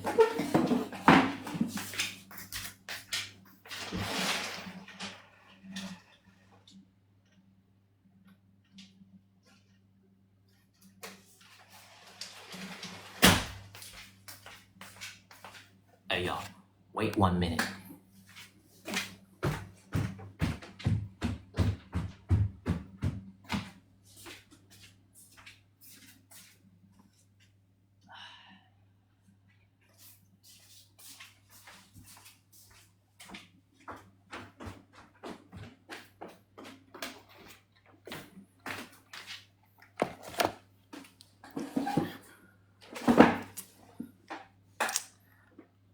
I don't know if I should do this, man. I don't even know if I should do this. I don't know if I should flex on him like this, dog. I grabbed it. I don't know if I should do this, y'all. Hey, Oliver, should I do this? Should I flex? Oliver, should I flex? Man, should I flex on this brokey? Nah, Trevor's saying nah. Trevor says nah. Man. No. Kim also says no. Nana says no. You know what? I listen to my audience. I ain't gonna do it. I gotta be a better man. We're gonna let the brokey go. We're gonna send the pizza boy packing. We're gonna let the brokey go. Oliver, I know you instigating. I know you want me to flex on him. I've shown you this shit before. Okay, we're gonna let the brokey go. We're gonna let him go. We're gonna put up. I actually went upstairs to my safe and I got some shit out of the safe, man. We're gonna flex on the brokey. We're gonna let the pizza man go. Positive vibes, everybody. Let's keep it moving. Positive. Let's keep it moving. This dude got defeated by a score of 10,824 to 27. Ay, ay, ay. Ay, ay, ay, ay, ay. Man. I ain't gonna flex on him. Let's keep it moving. Let's get up out of here. Man. I'm gonna. This has been an interesting live stream, y'all. This has been a very, very interesting live stream. Let's keep it moving. Let me calm down for a second. I don't want to get too carried away. Okay, this is all about positive energy. I don't want to get too carried away. Keep it moving. I don't want to hear from this idiot. I don't want to hear from him. Hey, bro, I'm gonna tell you this, bro. I'm gonna give you one word of advice. All right, let me unmute you. I'm gonna give you one word of advice in life, bro. Nah, he look like he trying to be gangster. You know, I'm not even gonna unmute him. I'm gonna give you one word of advice. Oh, you are 23 years old. Oh, he's gone. Never mind. Let's keep it moving. See, this kid just brought out a bad side of me. I'm going to tell you guys why. This kid just kind of brought out like a bad side of me. When I was a kid, I used to have to deal with bullies when I went to Andrew Jackson Language Academy in Chicago. It's no longer called Andrew Jackson Language Academy because of political correctness in Chicago, liberal city. They changed the name to Chicago They changed the name to like Chicago World Language Academy. When I was a kid, I'm gonna explain to you guys this, and I'm gonna go take a nap. When I was a kid, I used to have kids like that who would bully me because I was an immigrant and our family wasn't doing very well financially. We used to drive a beat up Dodge Neon. For those of you that are old enough, you remember Dodge used to make this car called a Dodge Neon. And the right side of the car was smashed because my mom got into a car accident and the right side of the Dodge was smashed. So we couldn't afford to get the car cosmetically fixed, but we could afford to get it moving again. So the car moved, it drove, but the right side of the car was smashed. The right side of the car was smashed. And so that's why when we used to drive down the street, it would attract a lot of people looking at it because it was a piece of shit. So you used to have, and I also didn't have like a lot of nice clothes when I was a kid. You know what I'm saying? I also didn't have a lot of nice clothes. My parents were very frugal and we were young immigrants. So you would run into people at school who had like nice clothes. But this is when we were in Chicago. You know what I'm saying? This is when we were in Chicago. They used to love to wear like Echo and Gerbard and, South Pole, things like that. And when I was a kid, I was very self-conscious about shit like this. But you remember those same people that used to bully you as a kid. I'm gonna tell you guys a story. So the same people that used to bully me as a kid, there was this one guy. This happened like 6 years ago when I was still working at this large tech company. He actually messaged me on LinkedIn and he tried to send me a friend request. on LinkedIn. So I was like, what the hell? I haven't seen that name in forever. I haven't seen that guy in forever. Okay, I was like, that's weird. The name registered in my mind, right? Because he used to bully me when I was in school. He used to make fun of the clothes that I wear. He used to bully me in school. Okay? And he messaged me on LinkedIn and he said, I forget what he said, but he requested me. And this is when I was working at the tech company and my title and everything looked very good. And I click on his profile and I look at what he did.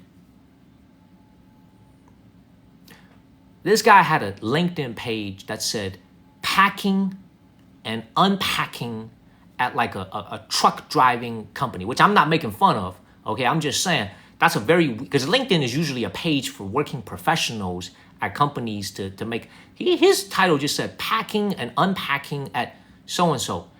And I remember seeing it, and I remember this is the guy that used to bully me all the time in school. This is the guy that used to bully me all the time when I was in school.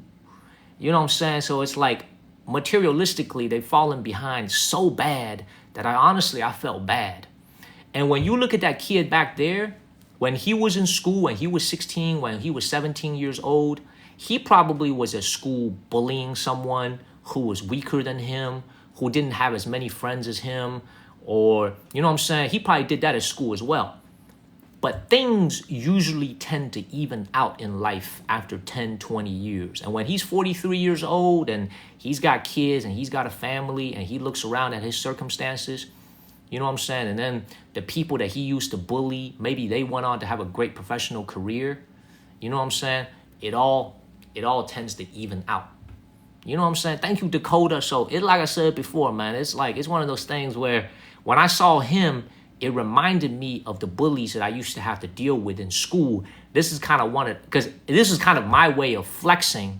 This is kind of my way of flexing on the people that, used to be big when they were kids, but now, not doing so well in life.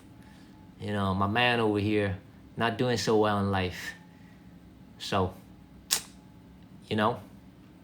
yeah. Anyway, I shouldn't have. I don't mean to flex, man. I'm usually a pretty humble guy. I'm usually a very humble guy, okay? But today I had to flex it because let's be perfectly honest, man. I did not accept his LinkedIn. I said reject. Reject, motherfucker. You think about that. I rejected his LinkedIn request. I did not accept his LinkedIn.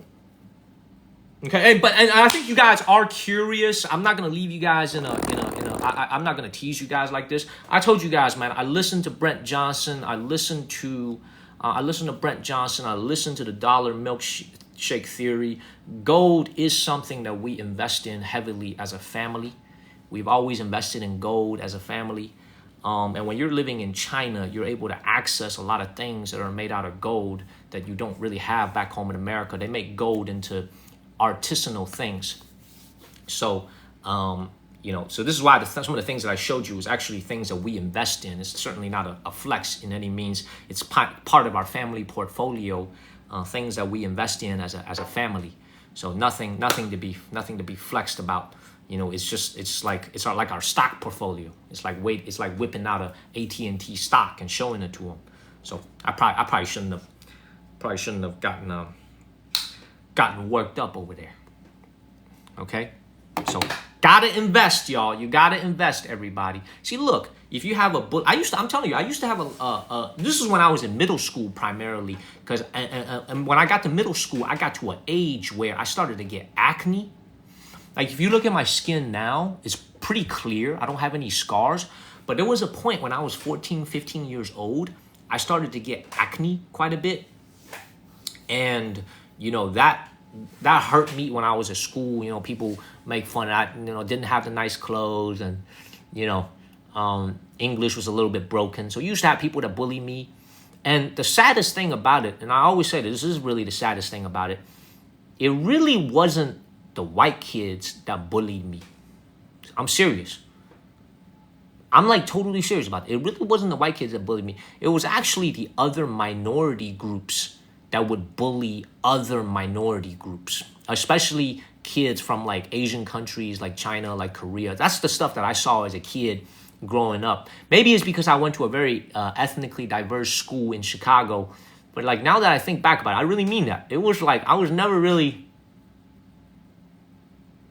Yeah, it's very interesting. Very interesting, man. Ain't no flex, man. Ain't no flex. I tell the girls, this is all fake. It's all counterfeit. It's all counterfeit. It's all counterfeit. It ain't real. Oliver, it's all fake. It's all counterfeit. Let me show you the counterfeit, y'all. Let me show you guys this. This ain't real. There's a little counterfeit. Little counterfeit. Looks just like the real thing, though. Looks just like the real thing, though. You get it for like $300. It looks just like the real thing. Oh, it looks just like the real thing. Let's keep moving. Let's keep moving. You said Chinita wants to talk? I want to talk to her, too. She's in a match right now, though. She's in a match. Hey, I love you. I love you guys, man. I love you guys so much. Like, there's I really enjoy talking to you guys this morning. Thank you for listening to me, for real. Like, it's my mind is a mess. Like, every single day, my mind is a mess. And before I had TikTok as a venue to release my thoughts, I used to just talk to myself. Because I'm a loner. I like to be by myself. I like to think. And I used to just talk to myself all the time. I did. I used to talk to myself all the time. And now that I'm on TikTok, I have a way of talking to you guys. Yeah, C. Parker, like I said, I'm not an investing genius. I'm not a guru or anything. I don't know much. But what I do know is, most of you guys watching are Americans. The same opportunities that are available to me as an American is available to you as an American. There's nothing that I do as a family. I'm gonna say one last thing to you guys. Then I'm gonna say some more other things. My father is an inspiration in my life. My father is like I said, my father is my hero. My father, I come from a family that is very grounded, very well rooted. My father never made a very high salary in his life. He still works to this day. He's never made a very high salary in his life. He is what you would consider middle class in America. But he has, in the course of the last 10 years, been able to build a great life for himself, for my mother, for myself. You know what I'm saying? He's able to build a great life for our entire family by being frugal, by living below his means, by investing in the right things. And he is the inspiration for so many of the things. I want to show you guys something real quick. So my dad, I told you guys the story, right? My dad would find a piece of paper like a piece of A4 piece of paper that has like some stuff on the back because he used it already. Okay, like he printed something out. He would cut it into 4. So A4, he would fold it down the middle, and then he would fold it this way. Okay, he would fold it, and then he would cut it into little rectangles. And that's how he kept all of his spending dating back to 2000, the day that he stepped foot in America. So he's been in America for 24 years. Every single thing that he's ever bought in America, every single transaction, car insurance bill, buying eggs at the grocery store. Thank you, Mike. Everything that he's ever done dating back, thank you, Mike. Everything that he's done dating back to 2000, the year 2000, is kept in a record. Thank you, Shoestring. Thank you so much. Everything. And I always tell people, thank you, Hyotu. Don't believe what the people tell you about inflation. My father is the biggest authoritative source on inflation because he has records dating back to 24 years. And he's got stacks of it. He's got stacks of this paper. And the ones from 2000, 2001, 2002, the paper has turned yellow. The paper has turned yellow now because of how old it is. And this man is like an inspiration for me because he never flexes. He's always living below his means, and he takes care of my mother. He put me through college. So like I said, everything that's available to my family, everything that I talked about today, the things that I invest in, that he invests in, everything is available to every single American watching this. There's no secret. The only secret is that we are citizens of the United States of America. That is the only secret. We have access to so many things that, let's say, someone living in Brazil or someone living in, Costa Rica or someone living in, South Africa that they might not have. We have access to all these things, and that's what our family has done. We've just simply soaked in the things that are available to us. And like you guys, be confident. I always say this, and this is why the U.S. government shouldn't be hating on me, man. I'm spreading a positive message over here, okay? We should be very, very proud. We should be very, very happy. We should be cohesive and united because we really are in a great position. And hopefully this young man that we just ran into at 23 years old, all the bullshit aside, I was a little upset to see the cat, okay? All that aside, I hope he grows up and he has a great life. He marries a great woman, has some great kids. And maybe he'll own his restaurant. And maybe he'll own his own Papa John's one day. I do wish him nothing but success because he does look like someone who's living in America. And he will grow up. And, when I was a kid, I said things that I didn't mean. When I was a kid, I said mean things I didn't mean. I was 23 at one point as well. So, it made me upset just now, but it is what it is. It is what it is. Okay? So, anyway. Let's see. I know my father, my dad is such a private person, man. He gets upset at me for talking about our family stories.